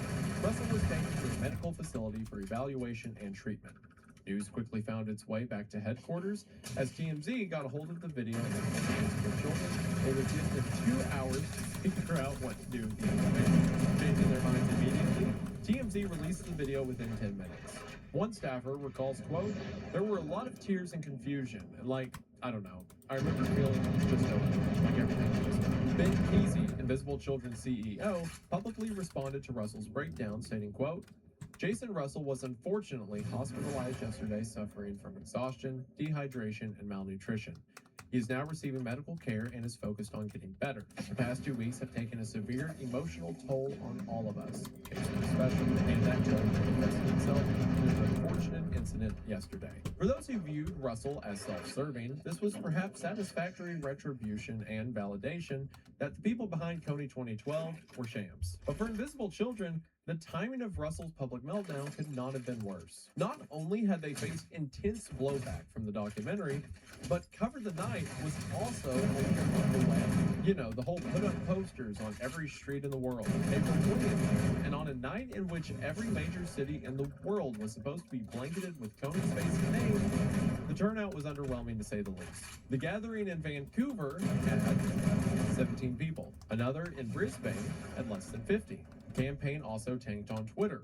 One tweet said, quote, I find the silence around Kony 2012 interesting. It's muted embarrassment from prior supporters, mixed with quiet smugness from detractors. That summed it up pretty well. Teens and young people who were interested in the event faced backlash for not being able to articulate or answer the realities of the movement's criticisms. A rival page, Kony 2012 UK, which opposed military action against the LRA, had picked up thousands of likes. Suddenly, being an anti-Kony activist didn't have the trendiness or appeal it once did, and the enthusiasm to capture Joseph Kony, which the American military and President Obama had been unable to do, waned along with it. You know, again, if he's even alive. Like most high-profile public breakdowns, Russell's episode ended up being parodied in the animated sitcom South Park. One of its main characters, Stan, has a breakdown and heads to San Diego to let off some steam, accompanied by a song titled Jackin' It in San Diego. Classy as always, South Park. In October, later that year, Russell would appear in an interview on Oprah's Next Chapter, where he explained to Oprah that, despite popular online theories, he was not on drugs at the time of the incident, which, like, okay. I've seen people have mental breakdowns before, and I've seen people have mental breakdowns where they do things similar to what you're talking about before. And the latter always involves some substance. On April 5th, 2012, 1 month after the Kony 2012 campaign, Invisible Children published a follow-up video titled Kony 2012 Part 2 Beyond Famous. The 19-minute, 47-second film begins with a montage of major Western news stations and popular political pundits saying that Kony 2012 manipulates the facts, is pro-war activism, utterly naive, and is white Westerners getting on a bandwagon, and they haven't got a clue what they're talking about. This is immediately followed by clips of Ugandan politicians and humanitarian organizations praising Kony 2012 for providing awareness. It lays out the support from bipartisan resolutions from the House of Representatives and the Senate to disarm the LRA, one of which was later passed unanimously. It includes the approval from the Peace and Security Council of the African Union to launch a 5,000-man regional force dedicated to tracking down Kony, who, along with the LRA, was believed to be terrorizing and kidnapping children from the Congo. The film also showed a pivot from Invisible Children's initial strategy. Instead of the on-the-ground work in the United States, they began turning their efforts towards Uganda itself. What a crazy idea. And left Yay, flyers in locations where the LRA was thought to be operating. These flyers included instructions for young soldiers on how to escape their captors. Visible Children also began building rehab centers for families and children displaced by the LRA. The follow-up film showcased Jason Russell far less than its predecessor. I wonder why. And was instead narrated by Ben Kesey. The film mostly features input from Ugandans dealing with the conflict. In contrast to Kony 2012 shots of Uganda's children huddled together in a large room to sleep, the follow-up film showed them happy and smiling. To this day, Kony is still at large, if he's even alive. He kind of dropped off the face of the earth, and if you just die in the middle of the jungle, that's what would happen.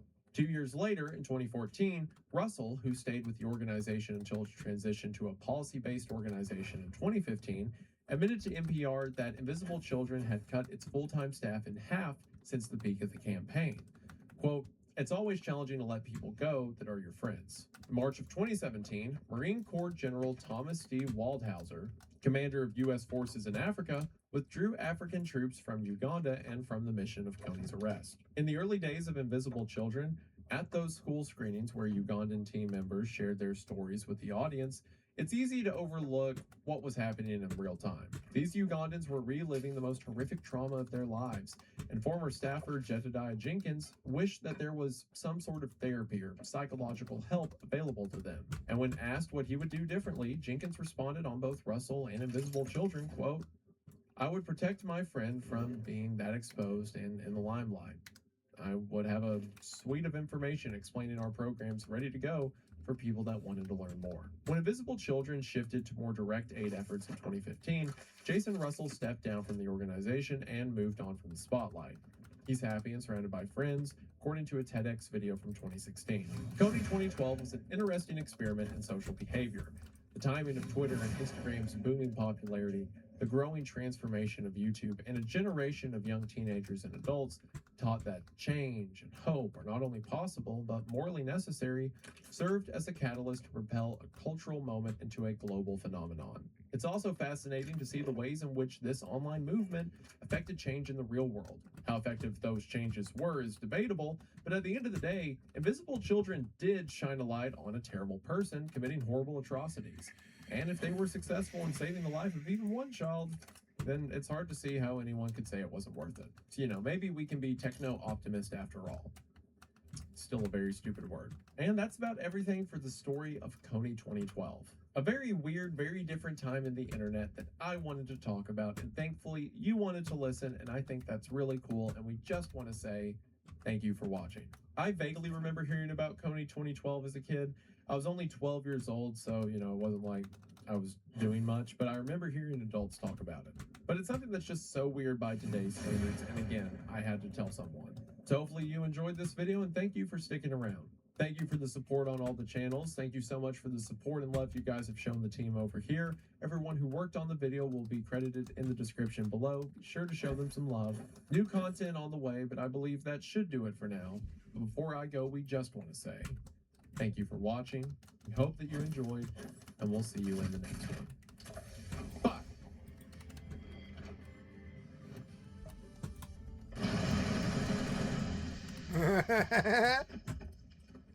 You want to try again? Try again. Also in 2006, Invisible Children tried another program to raise awareness for what was happening in Uganda. This is well before Kony 2012. It was called Dance for Uganda, and it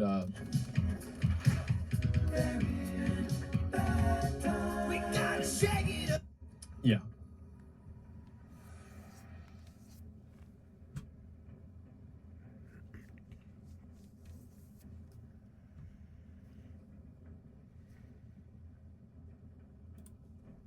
Let me take you on a journey back in time.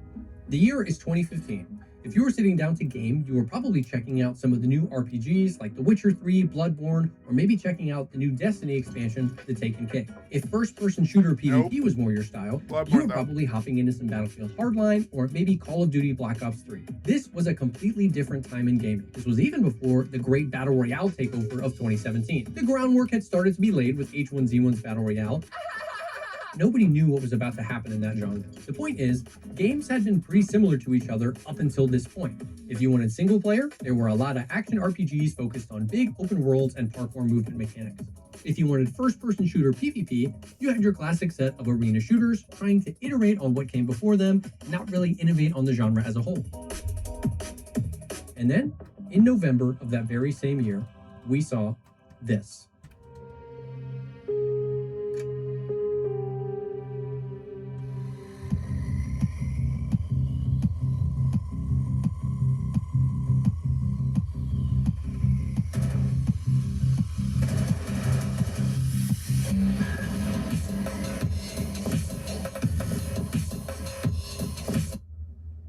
Like the meteoric rise of the Battle Royale. PlayerUnknown's Battlegrounds, aka PUBG, released on March 23rd, and by the end of the summer, it was reaching 1.5 million concurrent players on Steam, and the Battle Royale craze had begun. And in the shadow of that, in the summer of 2017, we got this.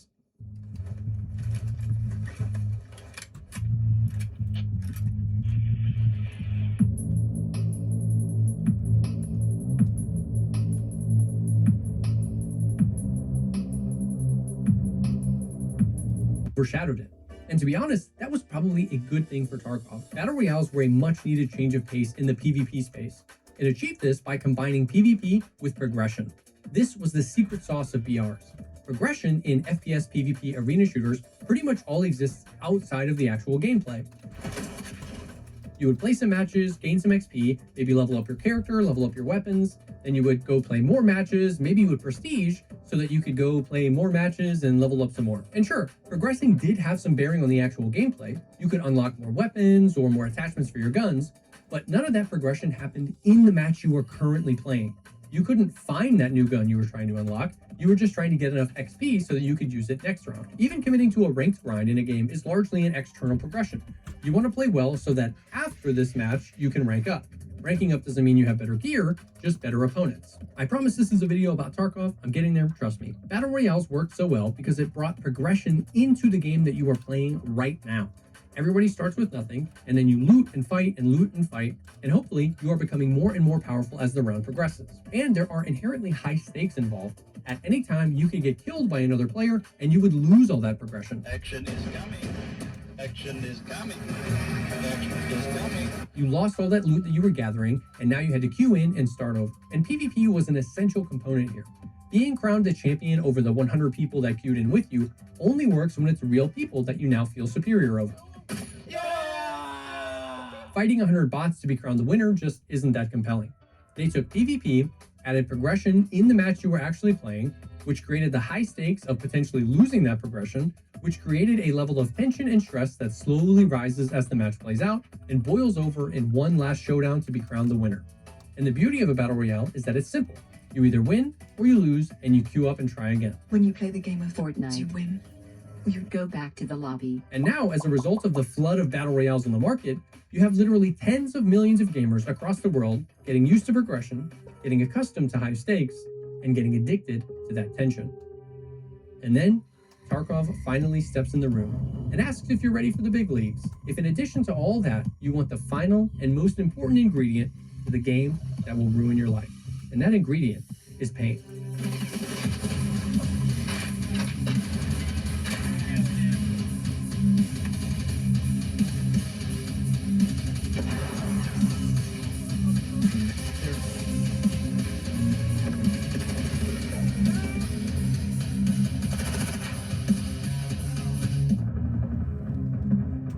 From about late 2019 through... I don't need the history of Tarkov. I take you on this journey for a few reasons.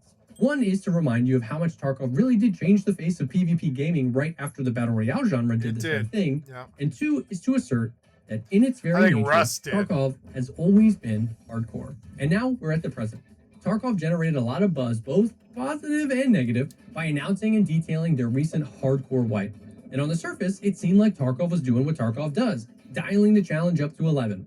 And it was even kind of touted as a way to get back to the roots of what Tarkov used to be. But the more they explained it, the less sense it made. The changes they were making didn't seem like old Tarkov, and it didn't seem hardcore. It didn't seem like they knew what that meant, or at the very least that my definition of hardcore was different than theirs.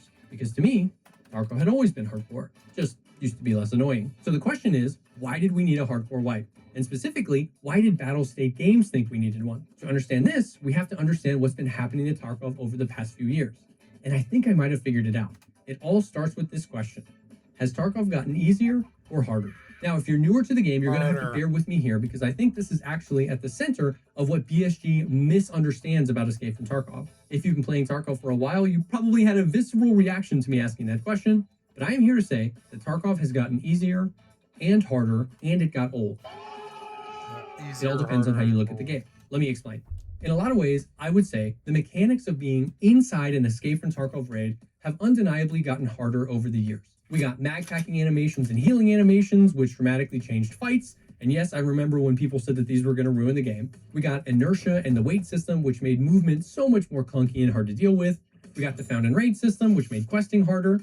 They added multiple rounds of restrictions trying to impede real money trading, or RMT, which meant that now there are limitations on what you can drop and how much you can drop to your friends, which had some interesting side effects like items being deleted from the game so that no one can loot them in certain circumstances. Also, it goes both ways, meaning there isn't just a limit on how many things you can drop, but also how many things you can hold. We've all seen the videos of people finding 3 or 4 LEDXs on labs and having to leave some of them behind because you're not allowed to carry that many. We also got a lot of secure container restrictions. Even before the hardcore wipe, the secure container was the most restricted it had ever been. Back in the day, you could put literally anything in there, but now there are restrictions on guns, helmets, cases, thermals, and even certain keys. And in addition to all of those mechanical changes, the amount of items and quests in the game have gone up tremendously, which means that finding any one particular item is harder since the pool of items in the game is so much larger.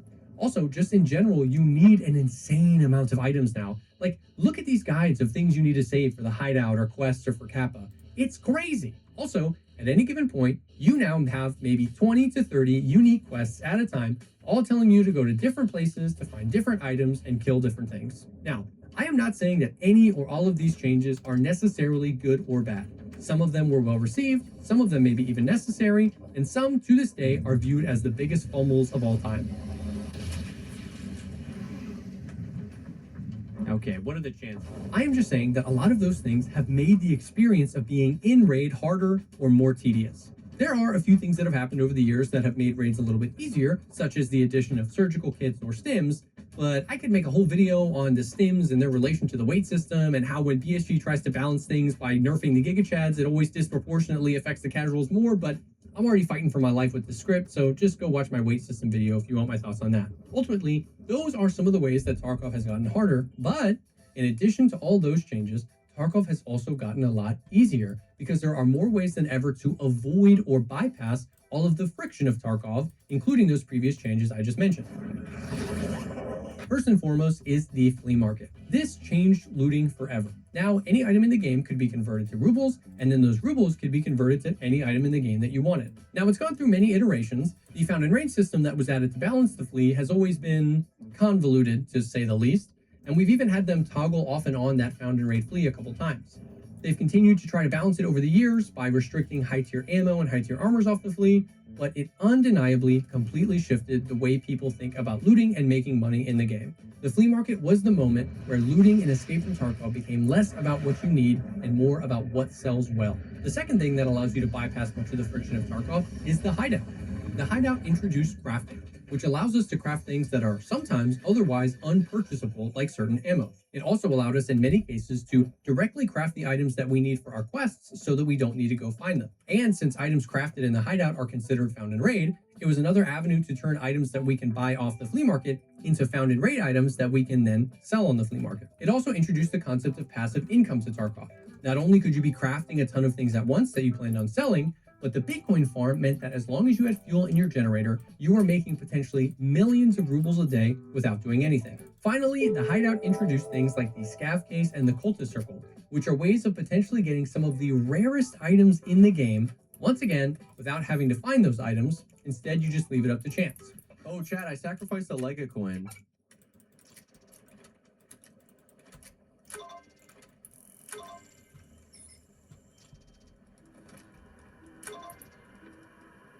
And moving on, we have the last Infinity Stone in the proverbial Infinity Gauntlet of making Tarkov easier, Arena, which instead of focusing on making money or getting quest items, Arena allows you to fully progress your character's level and soft skills without having to play Tarkov. And your reward for doing so is a trader that sells some of the best gear, best guns, best cases, and best ammos in the game without having to level up the other traders to get it. And of course, in addition to that, you can also send the millions of rubles that you make from playing Arena to your Tarkov character as well. Getting some of my XP back. Allow the player multiple ways to get money, gear, quest items, and even player progression without having to play any actual raids. Now, you do have to play raids to get some of these things set up, like getting to level 15 to unlock the flea market or getting the items to build your hideout. But maybe, just maybe, that's why people like early wipe Tarkov. Because it's a brief period in time where not only is everyone on a level playing field, but it's also a time before all the ways to skip the friction of the game have opened up. Again, I'm not saying that we should get rid of these things or that any of them are inherently bad, but I think that after going through all this, if we revisit the question, has Tarkov gotten easier or harder, we can see things a little clearer. It's hard to answer that question because it seems like the game has gone in both directions, and it has done that without an obvious cohesive vision for what the game is supposed to be. Is it supposed to be hard? How hard is it supposed to be? And in what ways is it supposed to be hard? Are you supposed to be able to skip what makes it hard? And how many times can I say hard in one rant before things get weird? Recently, I was watching the Game Maker's Notebook podcast that Nikita was featured on, and he was asked how he takes into consideration suggestions from the community and how he then balances that with what he wants the game to be. And his response was this. You need to not like step away. You need to ease the stress. Because in my perspective, in my vision, Escape from Tarkov is way more harder than now. Way more. Respectfully, what the does that mean? Given everything that we just talked about, what do you think he means by way harder than it is right now? I'm not saying we should do this, but to me, if I was trying to make Tarkov way harder than it is right now, I would change, restrict, or remove the things that allow you to skip all of what makes Tarkov Tarkov, and I definitely wouldn't make it harder by tripling the amount of wires you need and only allowing you to play 3 maps. I have a really hard time understanding what he means by this. It just seems like such cognitive dissonance to me to say you want the game way harder than it is right now when Arena exists the way it does. And I don't hate Arena. I actually think it's in a pretty good spot. But the connection it has to Tarkov is busted. You want the game harder, but you gave us ways to gain levels, skills... Okay, I think I stuck around long enough.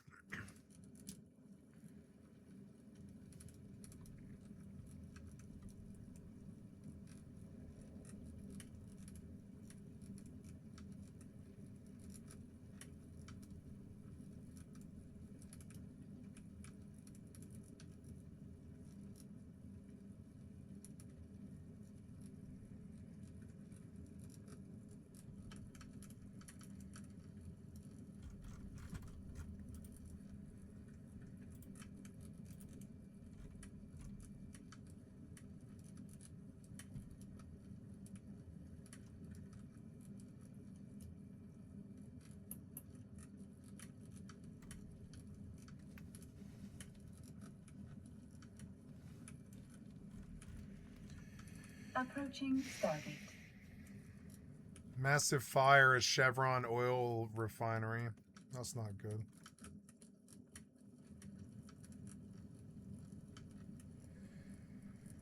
That's rivals, is it? Just like a weapon.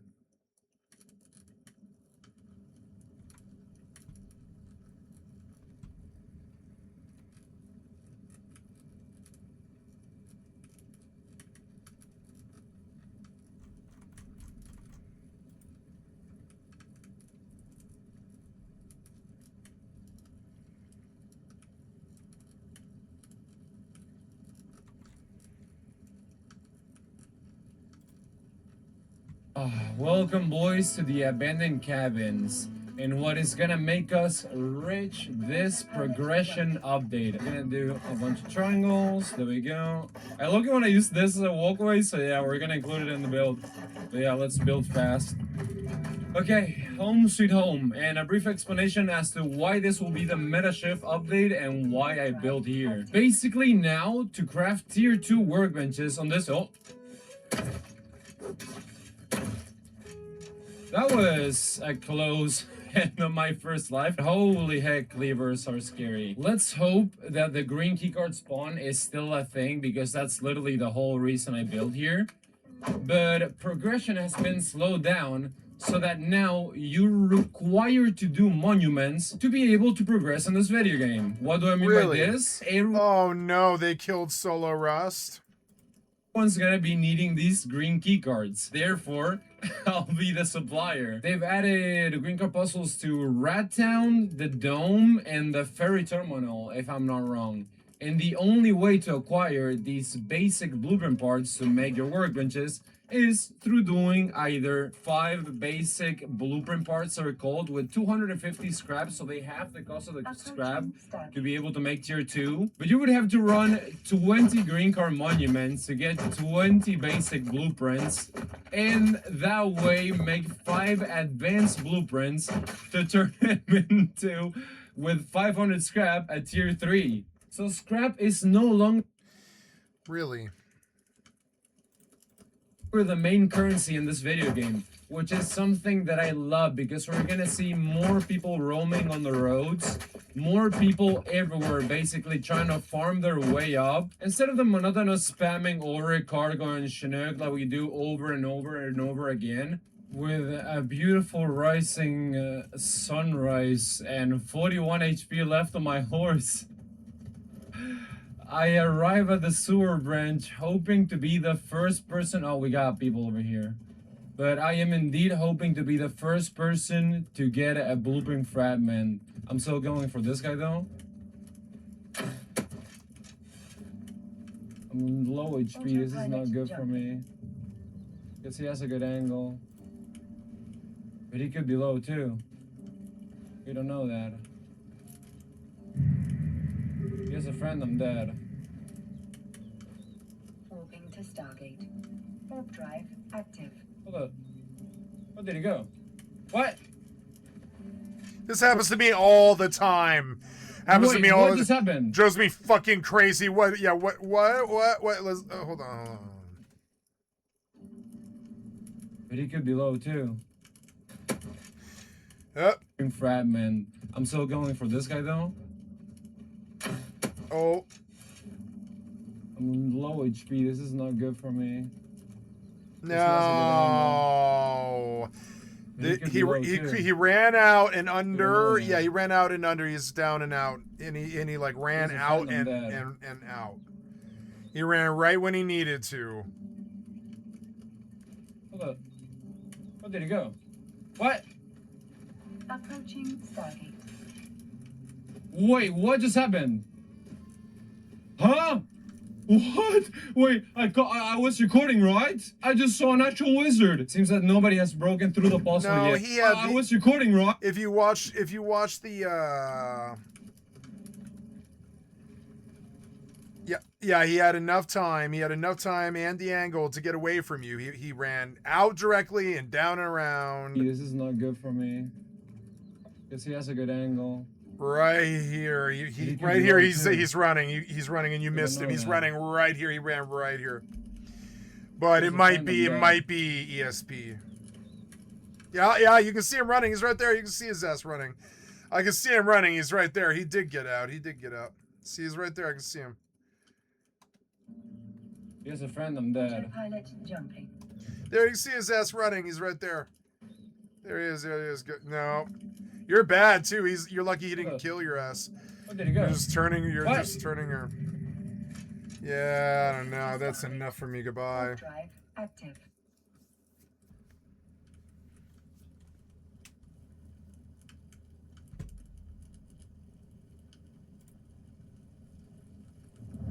Or deep. By what intellectuals have named the bacterium, the virus. They'll skirt around scooping up what they can and scamper out alive. And as they learn, as they get curious, They'll realize they It's need the new to fight world brutes or dreamers or think about the UI. spoils that lay behind them. And the more skills they acquire, the less stamina drain from blocking an attack, say, the ability to sprint or lunge with melee, or an increased search speed. They'll begin to see hunger less as a threat, but an opportunity, if not a risky one. See, every shot you fire, it's a beacon. A volley of 9 rapid-fire shots, that person might have just killed a brute, and they probably have something on them worth taking. And the yearning for more, to learn more, to loot more, to unlock more, that's the feeling that suddenly made this all click. It's Extraction. I don't know. Approaching Stargate. Let's go look at a hunger review, though. It might be good if it's PvE Extraction.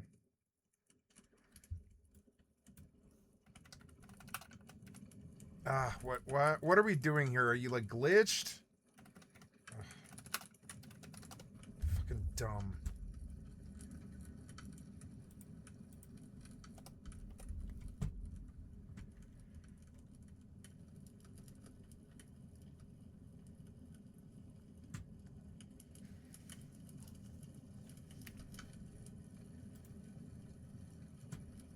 Fear and hunger. Pick your fights wisely. However, at times, confrontation will be unavoidable. Every turn, using Bethesda's Fallout. I don't think I have to explain what losing your head does here. Later on, Chromaler can even evolve into Dodual and pick off heads with twice the efficiency. Unless you want to reset your game or do a blindfolded run, you... Nope. Warping to station. Warp drive active. I'll watch this, I guess.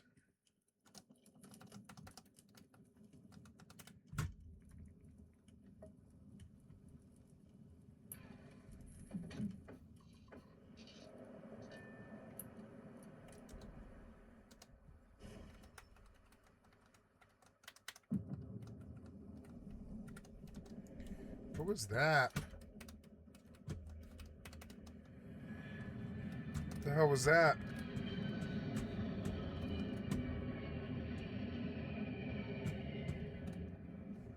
Ah.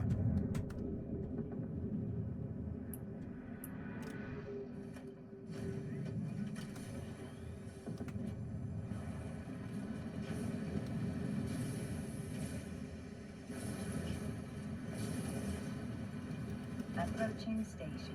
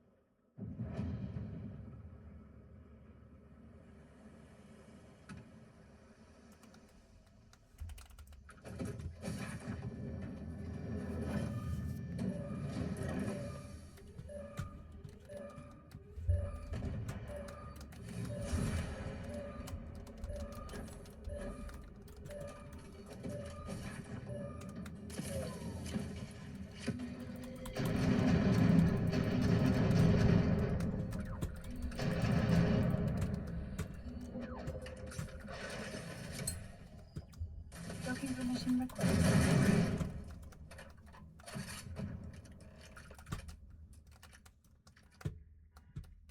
No, I don't need this piece of shit. I just wanted to see Docking her. request accepted.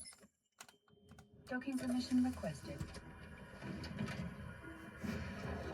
Autopilot disabled. Waypoint reached.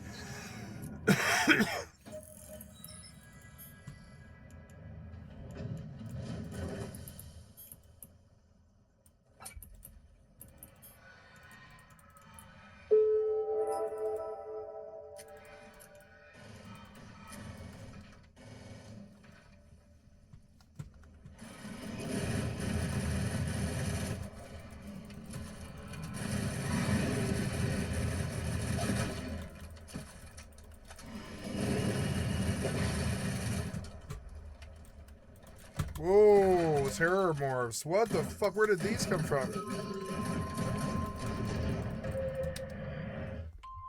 Excuse me for just a second. Hello? Hey.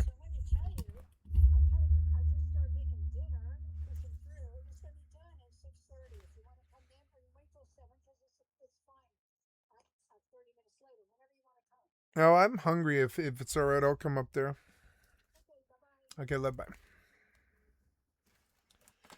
Okay.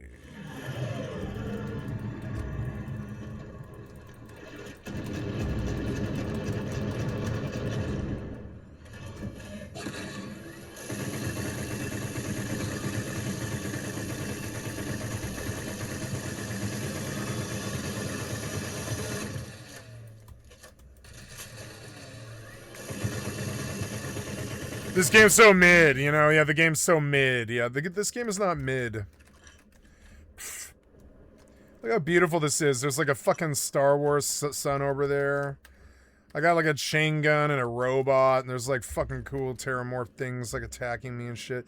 There's like these cool sci-fi vistas and things teasing me to go look at them and shit like this.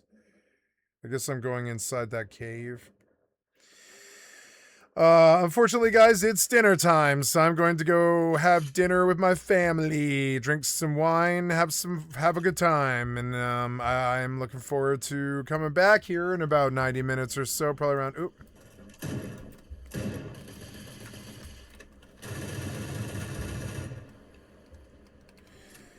Graphics are so good. Oh shit! You guys got to leave, huh? Yeah, that's fine by me. I didn't need your shitty shit.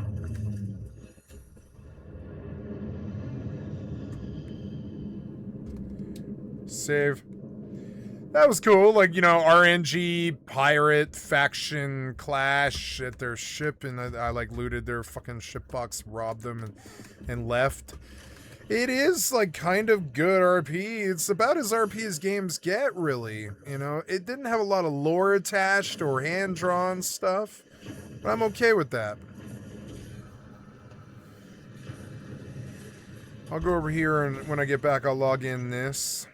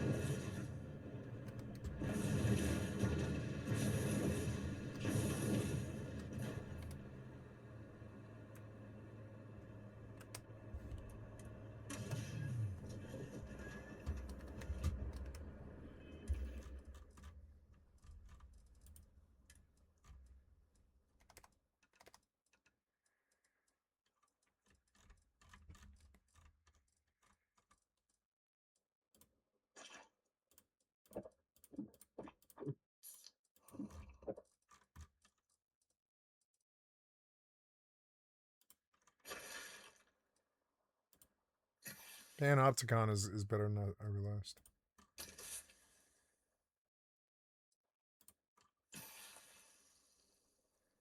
And Infantry Alpha and Frostwolf. Okay, we're going to save here. And quit. Desktop. Okay, I got to make sure I'm in a safe condition here. Yep, I'm in a safe condition here. I'm going to wait. Gonna go have dinner. Gonna go back to the quest giver and EVE Online. I'm gonna pause this video. Oops, and there we go. I am back. It's 7:30, and yeah, it's a good time to eat.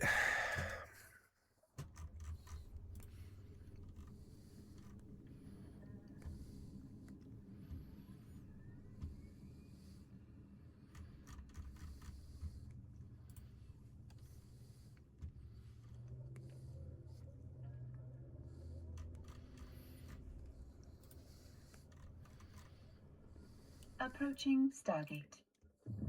Borodino, Leipzig, Waterloo.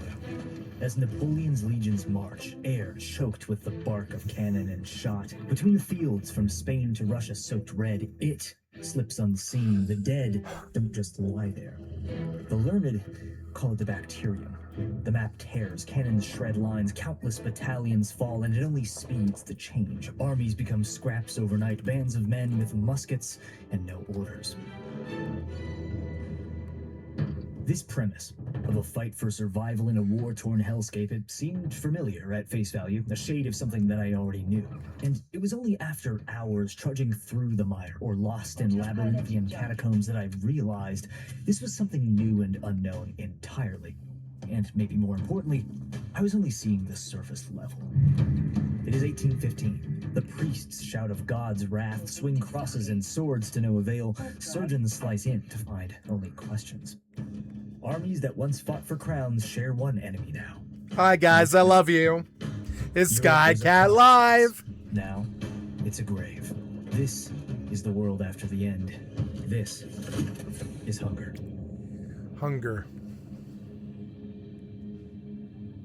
When I sat down to write this video, my goal was that a viewer could come away understanding, on a grand scale, what kind of game this even is. And to be honest, with all the complexities of progression, weapons, tools, build, crafting, and storyline all spinning around in my head. Hey, it's the kitty. How is the kitty? I'm sorry. Yeah, come see me. Are you happy? Yeah, I'm your new owner, kitty. You're transitioning. I'm your new owner. This is your home. Yep. You might as well just chill in, sit down, get used to it. I'm sorry. I wasn't used to it either. But there before the grace of the kitty go I. So I take care of you. I'll look out for you. I got you. Approaching Stargate. Look at that. Look at that happy kitty.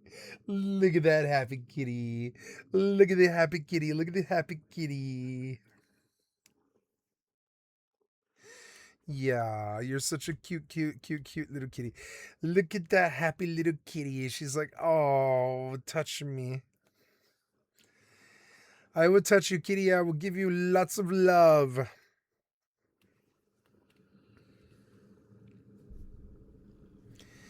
Oh, cute little kitty. Cute little kitty. Cute little kitty.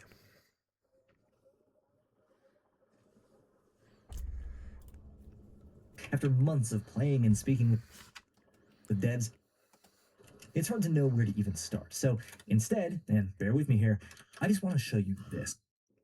In RPG mechanics, I honestly have not even scratched the surface. And it's likely not what many people, especially those like myself, initially comparing this game to something like Hunt Showdown expected. But extraction shooter mechanics, get in, get out, they are still at the core of the game's loop. It's why you're going out there that gets a lot more interesting. Moving to Stargate. Warp drive active.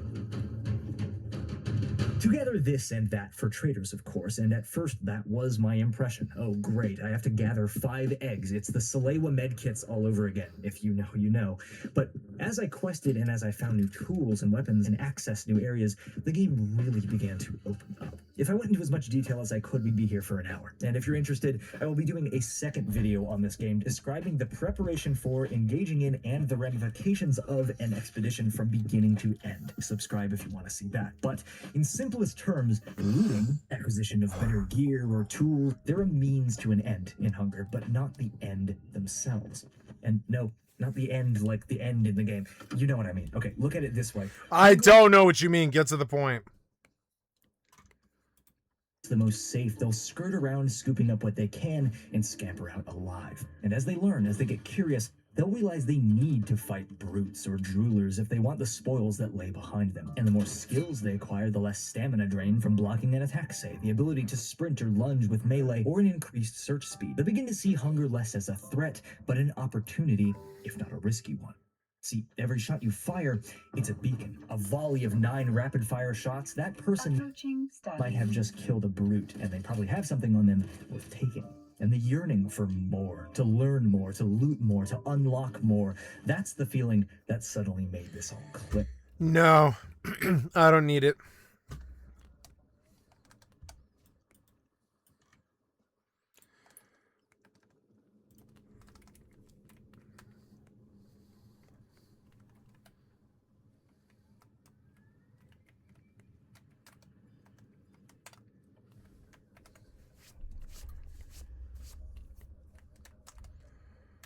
Autopilot jumping.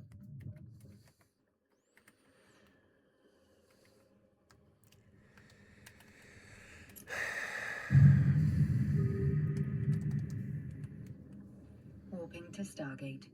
Warp drive active.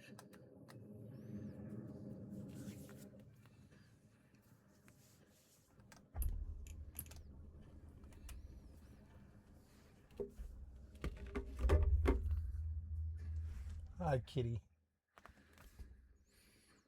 You're annoyed that I'm not cuddling you right now, but I don't care. I don't care if you're bored. I trapped you early, and you've been trapped in this house all day, and I know it's annoying you. I know it's annoying you, kitty. I know it is. I'm sorry. I don't create your captivity. It's life. Life did this to you, kitty, not me. You get fed by humans every day until the day you die. I have a kitty. That's the trade.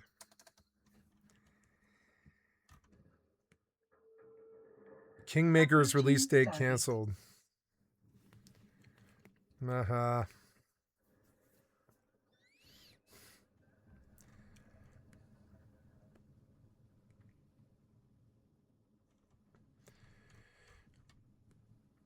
American Crime Files is doing fucking Logan Paul loses to CoffeeZilla. Here's Never Knows Best. We'll listen to his Many video. people would describe horror and RPGs as two genres that just fundamentally don't mix. These people are wrong. They are.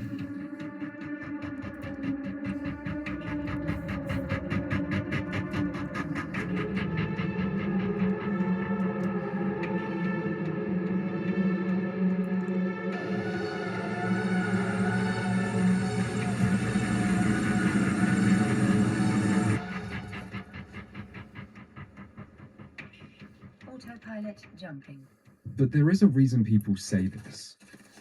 Horror games are about disempowerment, often alongside tight, immersive design, whereas RPGs tend to be sprawling power fantasies full of numbers and loot drops. On the surface, these two things don't seem compatible, but that surface is a facade. More than anything, RPGs are about embodying a character. Meanwhile, horror is about specific emotions evoked and empathizing with or embodying characters. The most popular genre in tabletop RPGs is fantasy by a long way. Dungeons & Dragons is a pretty big deal. But the second most popular genre isn't sci-fi or cyberpunk or post-apocalyptic. It's horror. At least it is. Hi, kitty. From Roll20. Hi, kitty. I love you. With Call of Cthulhu also being the second most popular game. And this popularity isn't limited to the West either, as in Japan, Call of Cthulhu is actually the most popular tabletop RPG, outselling even D&D. That hurt me. There is a long, enduring tradition of horror The in hell was tabletop that? RPGs. What hurt me so And bad? why wouldn't there be? Horror provides fertile ground for interesting scenarios and interesting Hurt me choices. so bad. That was weird. In fact, choice and consequence is sometimes held as the most important part of RPG design. And if that's true, it's hard to think of any genre that fits better than horror. Horror explores a vast range of morally ambiguous scenarios that can ask questions far beyond, do you want to be a good guy or bad guy? But perhaps even more important than explorations of morality are the explorations of mortality. Choices need consequences. There we go. Other genres can be scared of this. Players might want power fantasies, and are there primarily to have fun. A DM accidentally wiping the group straight after several hours of setup and character creation would likely be viewed as a bad time. But horror doesn't have this problem. It is that rare genre that is allowed, and often even encouraged, to be truly hostile to players. Wrong decisions don't just lead to less XP. You can lose limbs, lose party members, lose your mind, or lose all of the above in a single encounter, and possibly still keep going, stumbling deeper into the darkness. This synergy also doesn't just go one way. Horror provides RPGs with great choices, But RPG-style choices can also improve horror. After all, horror is a genre about tension. Choices and player agency increase tension, and dire consequences increase that tension even further. This makes choice and consequence a perfect way to heighten key horror emotions, like dread, discomfort, and uncertainty. And this isn't even the only way the two genres synergize. Dungeons and Dragons is misleadingly named because it has a very small focus on dragons compared to its overwhelming focus on dungeons. This is the aspect pioneering developers replicated in the 70s and 80s when computer RPGs first emerged. And there are few environments that lend themselves better to horror than dungeons. The very definition of the word implies a space where someone is imprisoned against their will. Dungeons are places to be avoided, places to be trapped, places to dread. Their entire role in RPG design is to create challenges and danger. They are places where resources dwindle, where people get lost, and where you don't know what waits for you around the next corner. Computer RPGs Such a are once mid all game. about dungeons, and dungeons can easily be horrifying. And if you're still not convinced, forget RPGs for a second and look instead to the origins of horror. The two most foundational games to survival horror were Alone in the Dark and Resident Evil. Alone in the Dark began development as an adaptation of Call of Cthulhu, the RPG. Meanwhile, Resident Evil began development as a remake of Sweet Home, also an RPG. Survival horror and RPGs both have a heavy focus on resource management. They both start with the player character being weak to create a deliberate feeling of disempowerment, and they both involve gameplay that is more about strategic thinking than difficult to And execute growth. action. Growth. These genres Nah, growth is the most diametrically important opposed. thing. They sit side by side. Growth There is no always the reason to most believe important there should thing. be no room in that Venn diagram for some overlap. Finally, if RPGs and horror shouldn't mix, then what about action and horror? Action is far more dependent on empowerment than RPGs, and that hasn't stopped that specific incompatible mix from producing some of the most acclaimed games ever made. Horror can be many things, and if you will allow me to be a little controversial here, horror being scary is probably overrated.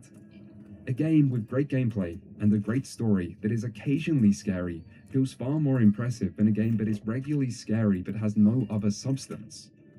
The best horror movies are not always the scariest, and there is a proud tradition of horror being, at times, cheesy or camp or heavily mixed in with comedy.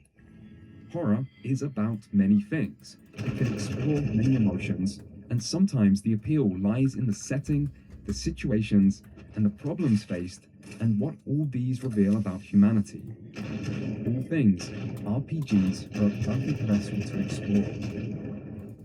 Horror and role-playing aren't just compatible, they make a great combination. So, why hasn't it actually worked out that way in gaming? Where are all the great horror RPGs? Yeah, you want to come see me? All right, well, come see me then. Hi. The tabletop RPG Call of Cthulhu, released in 1981 and immediately stood out thanks to its decreased focus on combat, innovative sanity system, and relatively grounded 1920s setting. Still, what made Chaosium's soon-to-be flagship title truly different was how it replaced the heroic adventurers of other games with normal people. Normal people sharing a world with potentially very abnormal entities, inspired by the works of H.P. Lovecraft and who said normal people have to investigate, but still, normal people, with all of the fragility and flaws normality entails, and no player character plot armor. I got the kitty. Call of Cthulhu embraced horror wholeheartedly, in both setting and mechanics, with even successful encounters against otherworldly entities coming at a serious cost in sanity, and many campaigns ending in death or total madness. And so, it was something fresh and exciting, and became an immediate critical and commercial success, meaning many other horror tabletop RPGs followed, with emphasis on the many part of that statement. This would include Dungeons & Dragons itself with the release of its gothic horror Ravenloft campaign setting, as well as Vampire the Masquerade in 1991. This was the first in White Wolf's World of Darkness series, which found great success in the 90s and early 2000s and set itself apart by allowing players to take the role of the monsters of a horror setting rather than just their potential victims. Yet, video game RPGs would be noticeably Good slower kitty. to embrace horror. Probably because, as the last video I made illustrated, video games themselves were slow to embrace horror. Console games were widely seen as for children, and PC games took time to work out how to successfully implement horror-focused gameplay. Still, signs of a union between the two genres always existed, lurking in the dark dungeons of early RPGs, where danger was a constant companion, and monster designs borrowed extensively from horror media. Few games show this as strongly as esteemed computer RPG grandfather, Wizardry, which was renowned for its unforgiving difficulty that ensured death came fast and frequent. If Wizardry's simple Apple II visuals fail to portray any inclination towards horror by today's standards, you only have to look at its later releases to see just how dark its take on dark fantasy could be, and how its endless labyrinthine dungeons could evoke feelings of isolation and dread. I'm trying to jump. I can't. I'm trying to jump. I can't. Many, and included the first wave of console RPGs on the NES, like Dragon Quest, Final Fantasy, and Digital Devil Story Megami Tensei, which in turn would lead to Capcom's Sweet Home in 1989, whose role in creating Resident Evil is likely well known by this point. Sweet Home does deserve further attention, but it's important to understand that despite its reputation as a unique and groundbreaking survival horror progenitor, it wasn't alone in bridging the horror JRPG divide. For example, 1987 saw the release of Shuryo Sensen, War of the Dead, on the MSX, a Zelda 2-like action RPG about stopping a demon invasion that featured overworld exploration and side-on battle screens, as well as La Place Nomar on the PC-88, which featured the familiar first-person dungeon crawling and turn-based battles of wizardry, as well as a lot of influence from the Call of Cthulhu RPG, including its 1920s New England setting, its sanity meter acting as a secondary health system, and its atypical character classes, like detective, scientist, and journalist. In fact, there are so many similarities, some might consider this plagiarism, but it was undeniably a horror game, with enemies even giving minimal XP to prevent overleveling, and combat regularly being avoidable and used as a punishment for failure. Meanwhile, Jarsaken Necromancer for the PC Engine even had cover art by H.R. Geiger. Otherwise, it's apparently a quite typical Dragon Quest clone with a heavy horror theme and some great monster designs.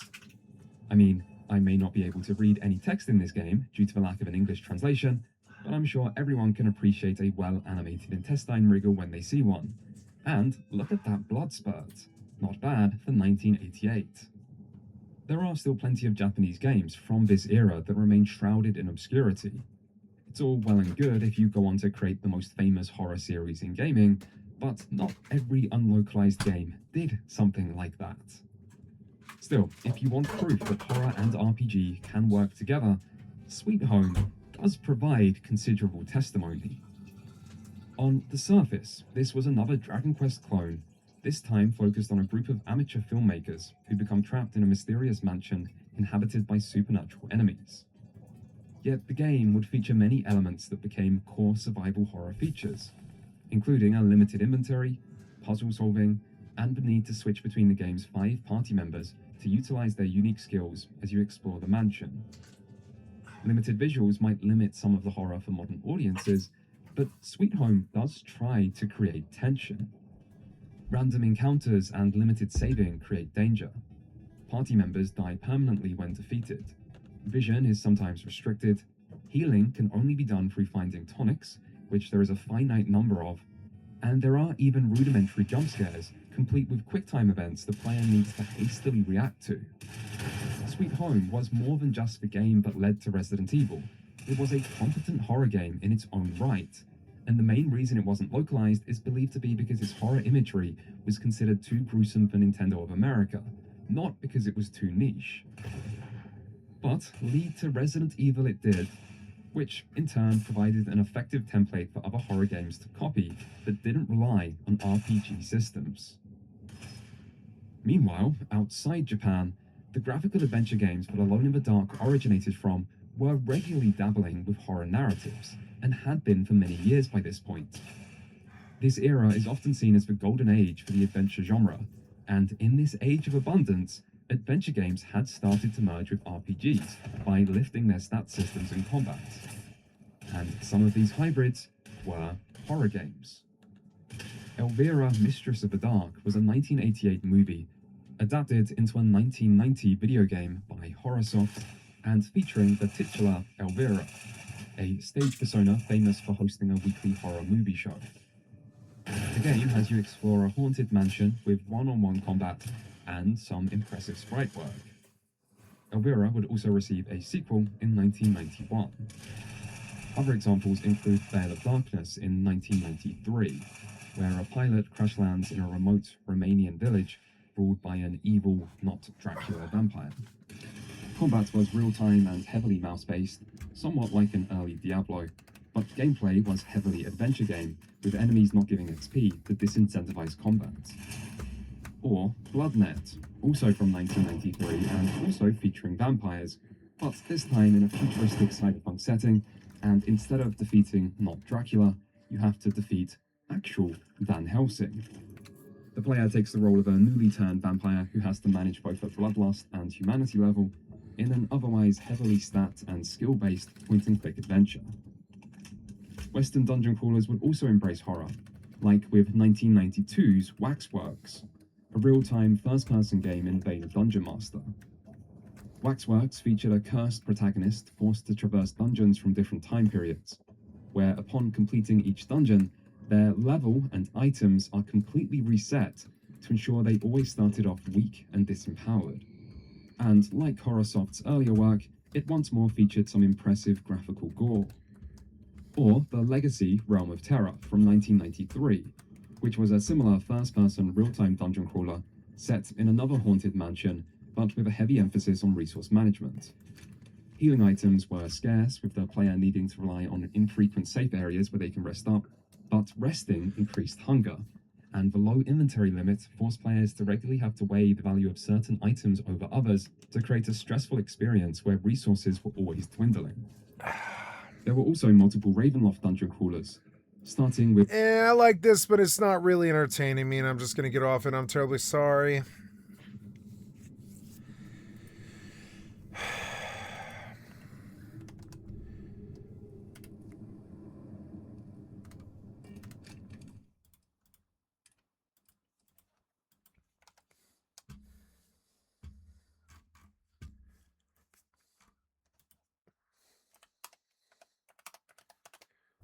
Ugh.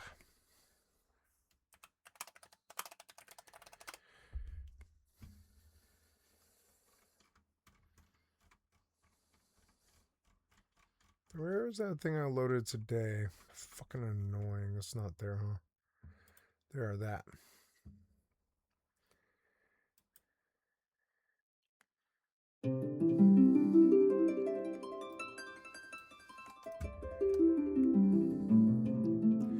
No, that's not what I told you to do, was it?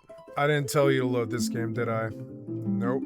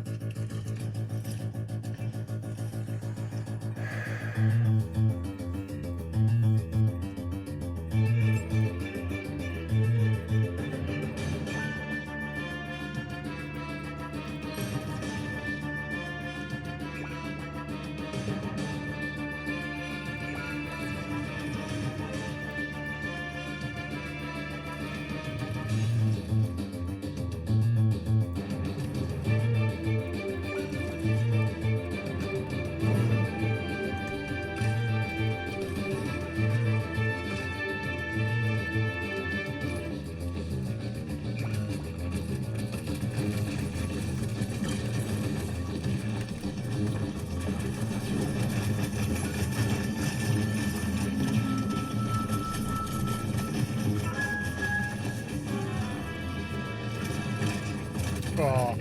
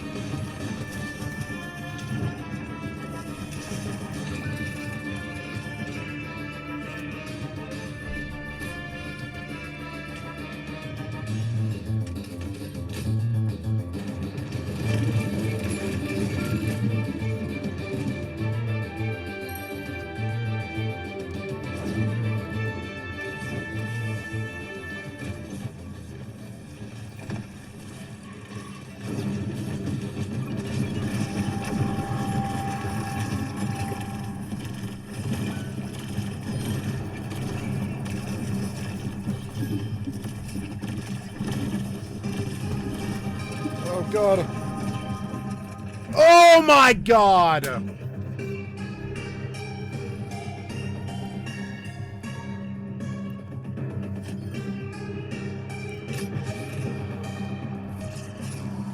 Backfill.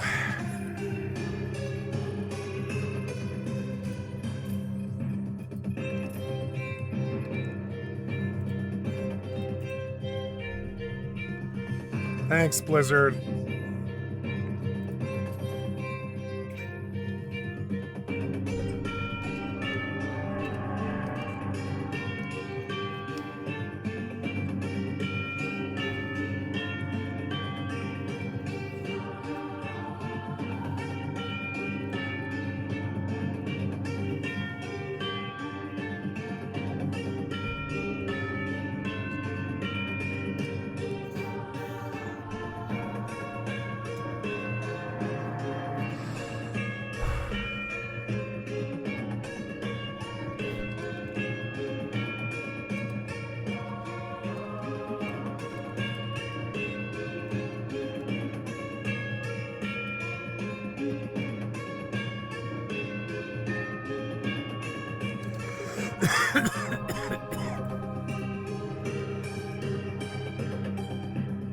Hey, you better priority queue me.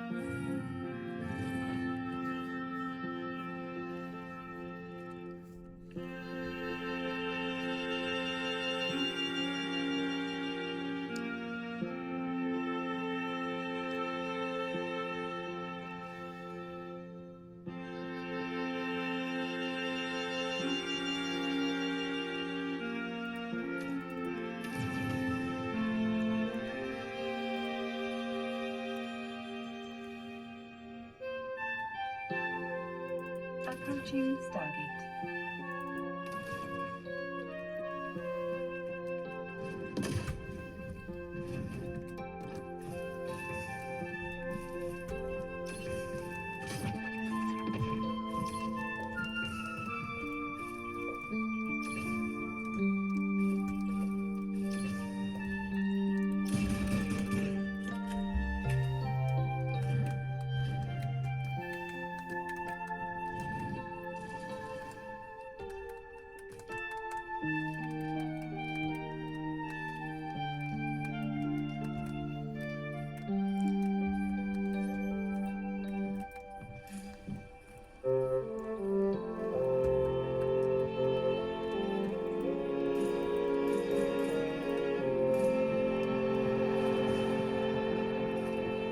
Autopilot jumping.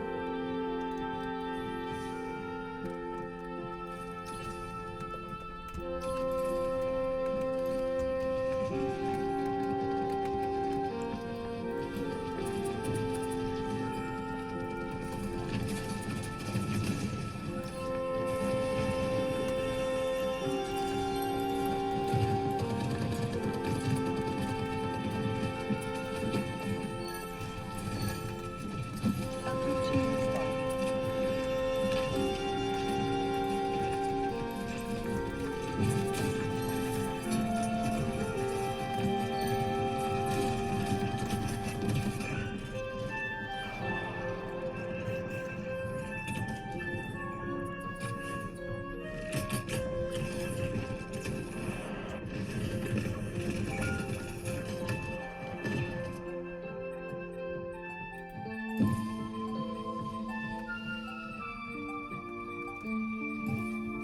jumping.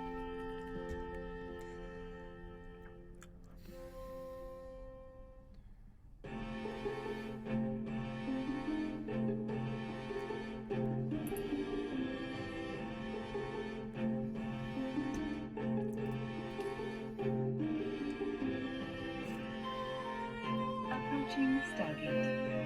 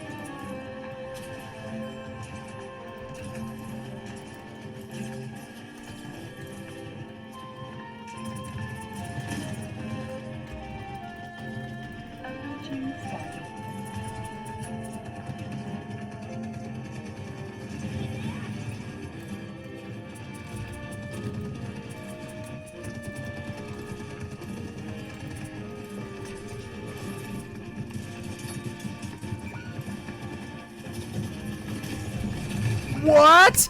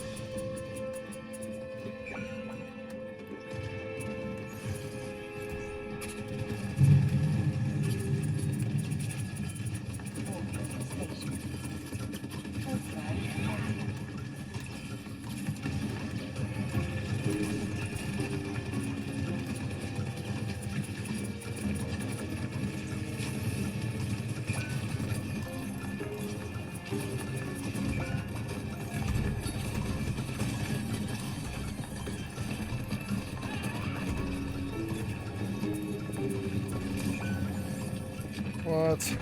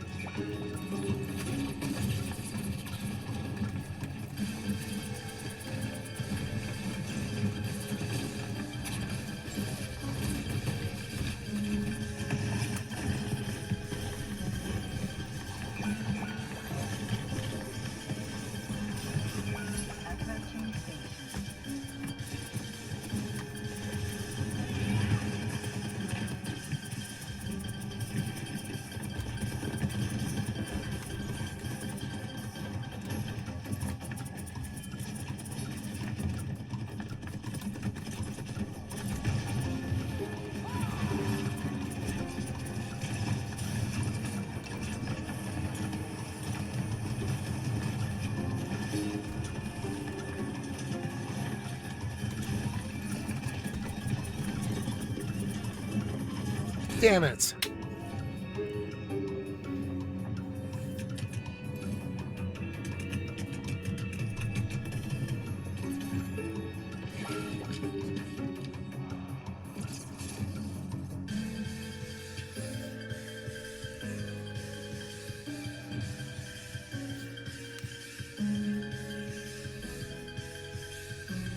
Docking permission requested. Docking permission requested. Nice.